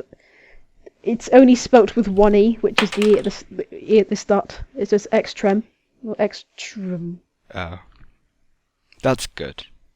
Thanks, Vinny. Yeah. But yeah, this is the only interesting thing in wrestling at the minute. Yeah. But speaking of interesting things, this isn't as good as the other one. I have a Willem. It was worth it, wasn't it? Talking about Gold Dizzle. Sure, yeah. New bit, next bit, scene. We do scenes. I have. Why didn't you do the transition of Goldust talking about his directorial debuts? Oh yeah. To transition from that. Good idea for a transition. So much like Goldust is a director man, I am not a director but a writer of film, a script man, a pitcher of movies, one could say. And I have a movie pitch for a particular Hollywood actor, a guy going by, I'm not sure if you've heard of him, but a guy going by Willem Dafoe. Do you know Willem Dafoe? The name sounds familiar, but I just can't quite put a name to the face, if you know what I mean. What was he in? Can you give me some famous movies or roles or something? A pretty well-known role as he was in Spider-Man 1. I don't think I've seen that. I'm more into like indie films. If you ever been into them? There was one pretty recent, small budget film. I don't know if it ever got out. It was talked about a bit. I don't know if it ever got released to the public. It's called El Dorado Bravo, starring Willem Dafoe. You ever heard of El Dorado Bravo, starring Willem Dafoe? No, I haven't heard of that. I just prefer films with more, unique concepts, mainly about just like, a man with an interesting trait, things like that. Oh yeah, there was the Mr. Smile one as well. Yeah. I was setting you up for that, and you missed it. You blew it. You blew it. I misunderstood the setup. I thought you were doing the setup for talk about the one we did last time. No, you blew it. I missed. You. This wasn't telegraphed. None of this is planned. None of this. This is a joke. Our podcast is a joke. Life is a joke! No, so then, new script. We're professionals. Oh yeah, professionals. So new script, new film. Right, but we still haven't established that I do not yet know who Willem Dafoe is. But we did, because I said Mr. Smile. You know Mr. Smile, yeah. I've seen. Was he the Smile Man himself? He smiled in the film about the smiling man, yeah. and the other lady I cries. I and now there now was- know who Willem Dafoe is. There was the bit with the joke where he says he's the guy that goes to tell people that their loved ones are dead, and that's haha, but kind of that doesn't make any sense. But fine, yeah, hilarious, good. It's a good thing. Go watch it. Willem Dafoe is a good actor, man. So, new film. Fucking hell, I'm professional. Can't work in these conditions. So, it's called Willem Dafoe, starring in Roundabout Town. And the joke would have been Mobius loop, talking about loops, talking about roundabout. That would have been the link, would have been actually intellectual, talking about going around, talking about circles. But never mind, this is about fucking... I'm furious. Yeah, but gold trizzle and gold dizzle. Yes, you've got a town. I mean, that would have worked better for the last one, where it was about El Dorado, that was gold and stuff, but whatever. Okay. I can't travel through time. I don't know these things. Everything's horrible. So, movie pitch. Let's think of a movie pitch right now. So, it's a town. It's a town. Okay. I've written this. I've written the whole script. I'm reading from a script right now. Don't worry. This isn't literally on the spot. I didn't fail to think of a movie pitch this entire time. This is a pitch. As a town. You've got a town. Imagine a sleepy town. It's a town. It's a town. It's quiet. The first shot is. It's a foggy town. It's a dark town. Do we have a country for this? Is it in England? It's not clear. It's America. It's an American town. It's misty. Almost like you get like a Silent Hill vibe by the look of this town. Okay, but are we talking like more of like an old-fashioned town? Okay, a sleep. Are we talking like a village? Silent Hill. You know Silent Hill. You know like Silent Hill. I know Silent Hill. Have you seen the main outside area in Silent Hill? Oh right, yeah, okay. I'm with you now. I'm with you. That. Think that in your head. And it's the camera's like a wide angle shot of this town, of like the outskirts of this town, the outside of this town. And it's like the shot's like the camera angle, I think it's like very low to the ground, Essentially, it's right at the ground, and then you see like a footstep, like fall, like right in front of the camera that essentially covers like most of the wide angle lens. And it's like it's like, and then it just cuts right after that. It's all very spooky, What? Just like out of nowhere? Yeah, like it's doing this like wide angle shots, like then cut. It's like like the credit scene stuff or things are moving, and it shows like and all the other shots like it's of this guy, this man. You don't see his face, but he's walking into the town, like it's walking towards town, like he's walking through a muddy field essentially towards this Silent Hill. Is this filmed like behind him to show the town and him walking through the field? Yeah. It's filmed in such a way so you never see his face. Always behind him. Always like there might be a shot like towards him, but like it's like a sign will be obscuring his face, like you are now entering, and it'll do that, and then and they'll be doing like the intro credit type thing, like on TV. Is it a bit like the intro to Austin Powers? Maybe. I haven't watched the film in years. Just like this comical thing of his face always being covered by various objects. No, this is tense, this is dark, this is serious. I think very serious. Again, you got sort of like, you got creepy ambience going on as well, even. Do you have creepy music, or is it just atmospheric sounds? Atmospheric sort of ambient sounds, like somewhat melodic to a degree, but mostly sort of sound type things. And just to confirm, it's just him in this town, there's no other signs of life? None are seen, but then the last, like, and it's doing like the on a film we'll do like the intro credit stuff where it's like at the beginning they'll show like directed by, done by, starring X, Y, and Z and stuff, yeah. Yep. And the last like thing will be starring. no, actually it won't. It'll say starring ... but it won't say anything. Like, it'll do the other. It'll even do starring Willem Dafoe. It'll say that it's starring Willem Dafoe, but it'll do another star, and it will do a ... and you won't see. And in that shot, the last shot for that bit, it'll be like in front, but his face is covered by a sign, or like his head's covered by a sign saying, "You are now." It would be leaving, because it would be the other way around, because it's covering his face. And we are now leaving, roundabout town. And then it all goes dark. What, like a hard cut to black or a fade? A fast fade. Okay. So not like the Star Wars. What was it? The wipe they used always. Yeah, not that. But because they used the sideways wipe. No. So what happens? You see, it's in like a bar. It's in a smoky bar. Mm-hmm. And you see like a CD bar. a little bit. Are there neon signs in this bar? No. Okay. But there's a lot of smoke. Many people are smoking. Like, too many people are smoking. Okay. So at this point, do we see signs of life? Yes. Do we see people? Yeah, and it fades in like on the bartender, and he's cleaning his like a drink glass, and Yeah. he's I've played got, by. I've got the image. He's played by. Brendan Fraser. No.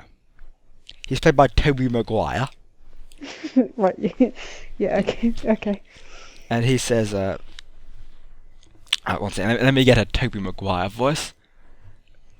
Oh, what'll you have?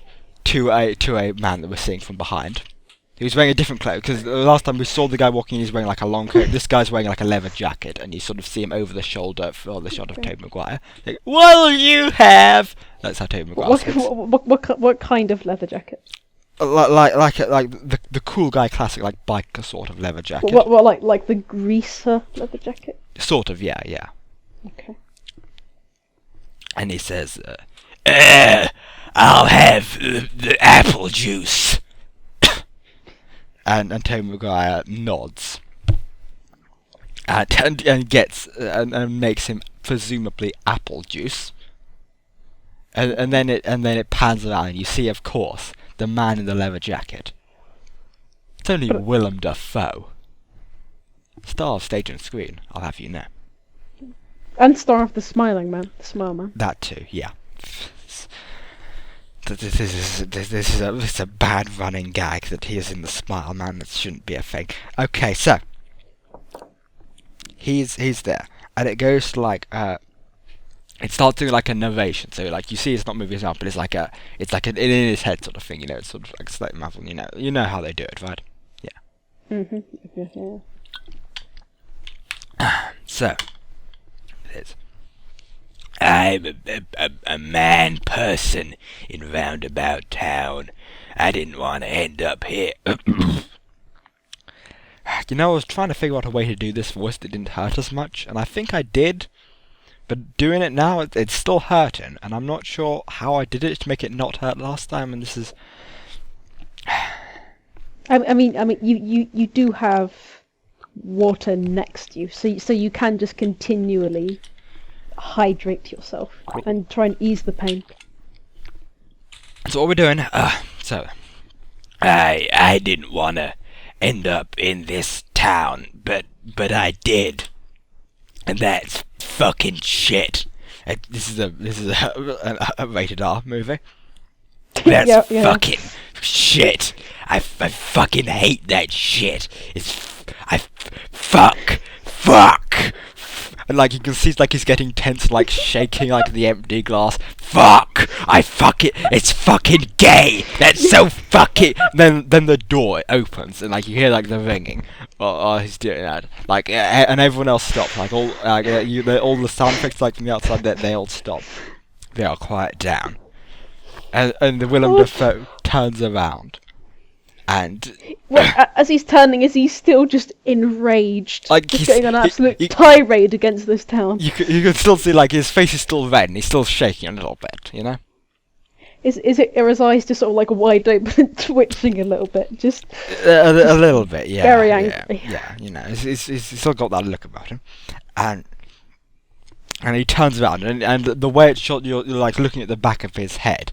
And it pans left, and while it's doing it, like pans like to the side, turn around, and it says, "Speaking of fucking gay," and and you see, and it's the man who was walking into town. It's the man. He's wearing the same coat, you can tell, the same boots, you can tell.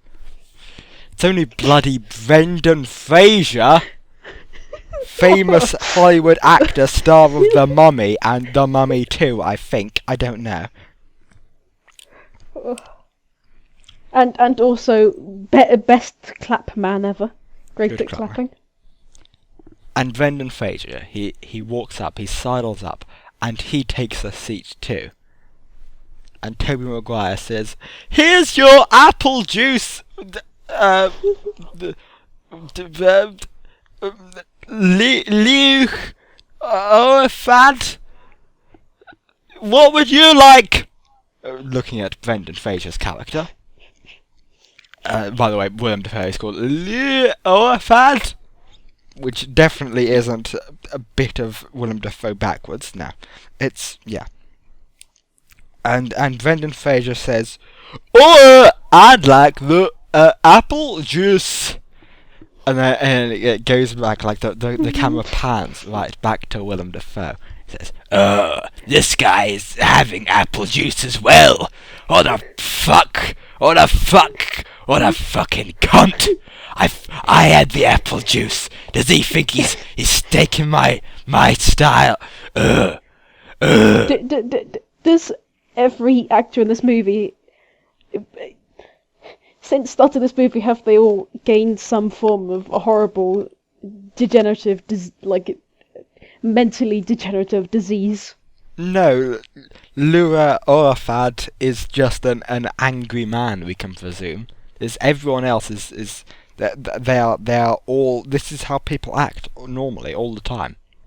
This is an accurate film. This is a realistic film. I haven't interacted with many people, so yeah, exactly. I'm an seems expert fine on to me. people. I have 220 something people subscribe to me. I know all about people. Trust me. So Tobey Maguire goes to make the other apple juice, to produce it, to squeeze an apple and get the juice. Maybe, I don't know. We'll see how the director chooses to shoot that scene. It's up to him. I think with that kind of stuff, you really want to leave it up to audience interpretation. Exactly. You don't know how Tobey Maguire gets it. Does he get it from a bottle? Does he get it from a carton? You don't know. You don't know. Does he go out to the back garden and pick apples and then essentially squeeze them? It's kind of like the with Blade Runner. You don't know if Harrison Ford is an android or not. What are they called in Blade Runner? I don't know. So, point is, what a good bit that was. So Tobey Maguire. So you know, it goes back to Willem Dafoe. And he says, this fucking guy. I'm angry. I already hate him. I already hate this man. Did you drink more water? And he says, need to drink more apple juice, and he gargles a bunch of apple juice. He goes, that's how it goes. That's how it's shot. And he says, like wide angle lens directly onto his face. Into his mouth. You see it pour down his throat. Yeah. Okay. What they stick like one of the medical cameras. Yeah, in yeah, they his do throat. that. It'll do like a whole scene, like a 10-minute scene of it going What down. of them following the life and times of this apple juice? Of the apple juice going down his gullet. Yes, exactly, exactly. You know exactly the scene. 10 minutes. And then eventually out of his penis about what a couple hours later. It won't show that. Not yet. Not yet. Hold your horses. We're not there yet. All right, is that okay? Okay. Hold your horses. My horses are being held. Grab them by the mane. Don't let them fucking get away from here. I made an investment on those damn horses. We can't afford more horses. So. My big dog is escaping. Oh no. So then. God, it's fucking hot. So. It's a warm summer. It's a warm summer, even though it's like a foggy, dark, misty day. Don't worry about it. It's fine. So William's like, I should give this fucking shithead a piece of my mind. So he turns to Brendan Fraser's character, and he stares at Brendan Fraser. Did Brendan Fraser's character not hear him go, "Look at this fucking faggot"? No, because that was in his head. Again, this is all in his head. I thought he was screaming. No, obscenities. This is all internal monologue. He hasn't said a word other than "I'll have apple juice." Yes, or something, whatever it was. Okay, I assumed this was just Willem Dafoe getting his apple juice, then just screaming. No, I made it clear. Pay attention. I explained. No, it's inside his head. So he's staring at Brendan Fraser, staring daggers into Brendan Fraser, but Brendan Fraser doesn't look. His eyes are dead ahead, straight forward. Can't see, doesn't notice. Is he still gurgling the apple juice? No, he hasn't got his apple juice yet. Pay attention. But I thought, wait, hold on a minute. Willem Dafoe was gurgling his apple juice. I thought it was Brendan Fraser. Brendan Fraser hasn't got it yet because Tobey Maguire went away to go get the apple juice, and that was ambiguous. Like, you don't know if Harrison Ford's character is an android in Blade Runner. Yeah, but what's the whole thing? I thought the whole thing was you just didn't know how the apple juice was procured, not if he got it or not. It's part of the mystery. So this.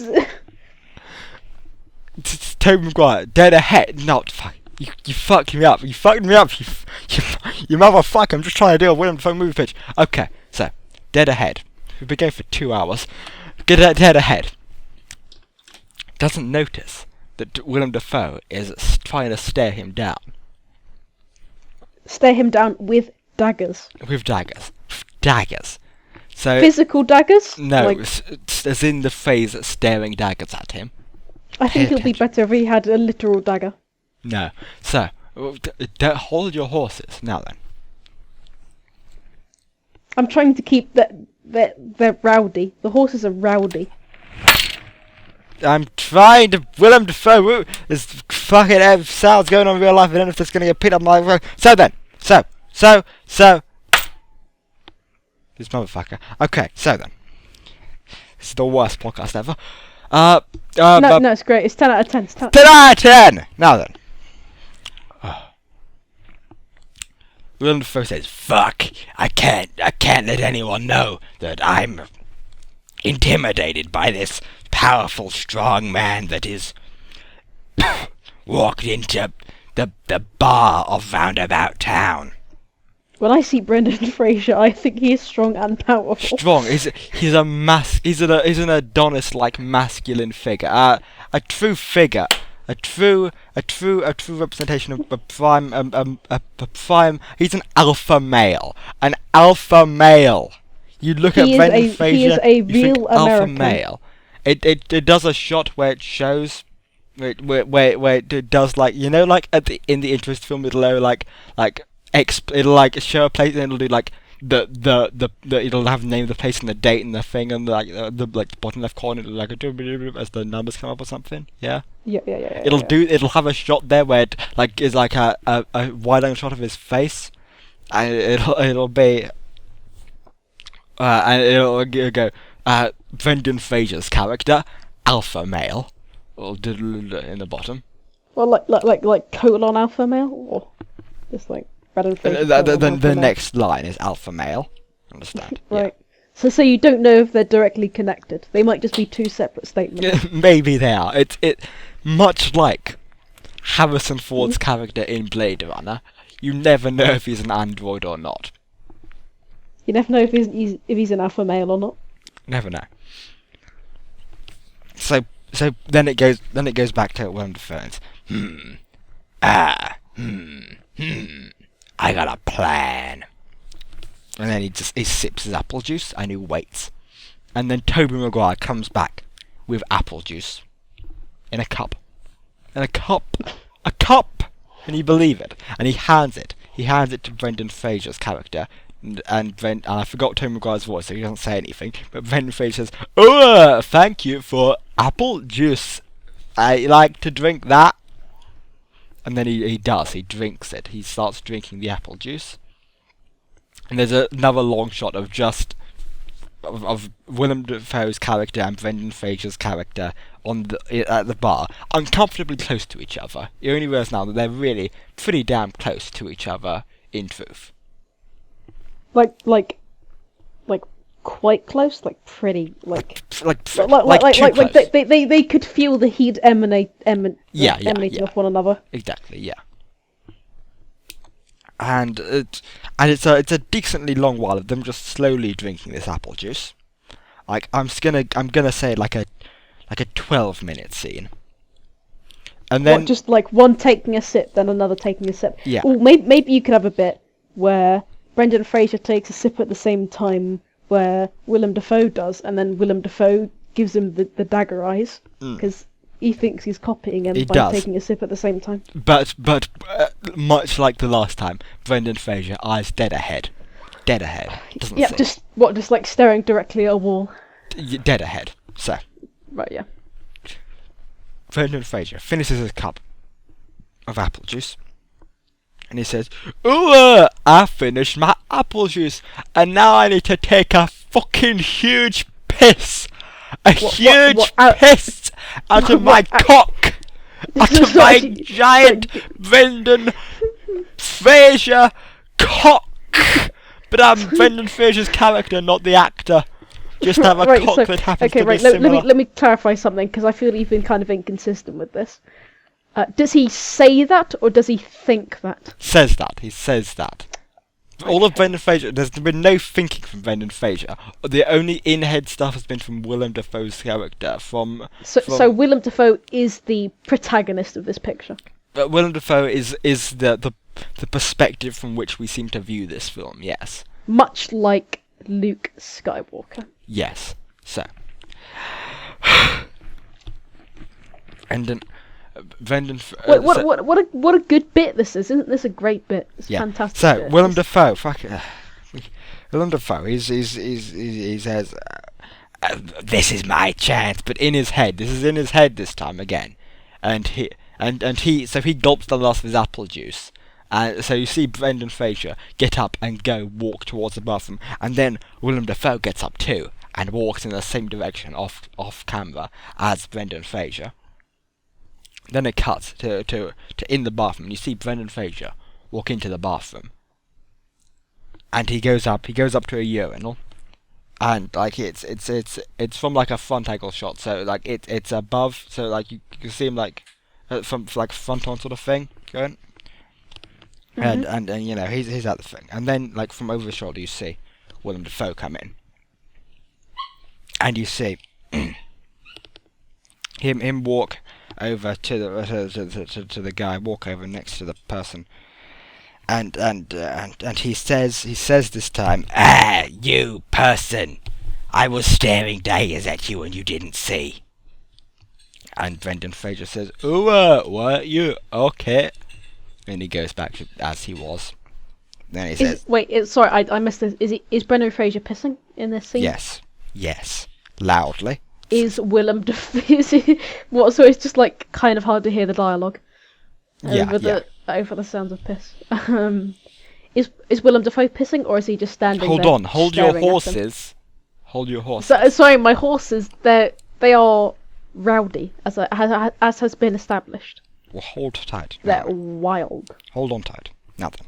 I'm trying. Well, in fact, you will, if you won't notice staring daggers, then I will hold dagger at you. And he draws a knife.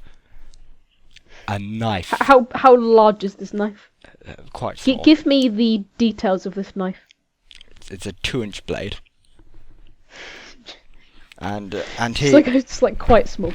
Yes, it's a small knife is held. And Brendan Fraser says,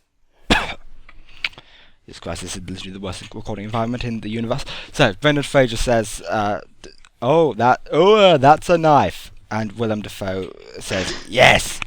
But and then Brendan Fraser says, hold on, you drank the apple juice too. And then Willem Dafoe says, oh no. And then Brendan Fraser says, ha, I got you. And then Willem Dafoe pisses himself. And that's how the movie ends. There we go. That's it. Yeah, there we go. That's the film. That's the film. So did it end with the medical camera going out of his penis? Yeah. That's how it goes. Yeah. I like how you didn't follow up on the small town idea at all. You know, I mean, you know, it looked like Silent Hill. I assume you want to leave that for a sequel. It looked like Silent Hill. Maybe it was a Silent Hill-like place. Maybe there were monsters there too. Who knows? What's the scene of... Much like Harrison Ford's character in Blade Runner, you never know if he's an android or not. What's the scene of Brendan Fraser walking through this town longer than the rest of the movie? No, that was just like the intro bit. That was like 5 minutes. Pay attention. Okay. The main part was them drinking apple juice. But you never. I know, but you never gave a time frame for the amount of walking that took place. So I didn't know if it was just apple juice. Apple juice. Yeah, apple juice. Yeah. That's what the blurb on the back was to say, apple juice. Is this movie sponsored by apple juice? Maybe. It's really been my dream to watch Brendan Fraser and Willem Dafoe drink apple juice and then listen to Brendan Fraser pissing the apple juice away while Willem Dafoe is threatening to stab him with a small blade. Yeah. Have you done any Warhammer stuff recently? Nope. Oh. What about yourself? Nope. That's it for the podcast. We're done. Yep, good podcast. Yeah, that was probably legitimately worse than the first one.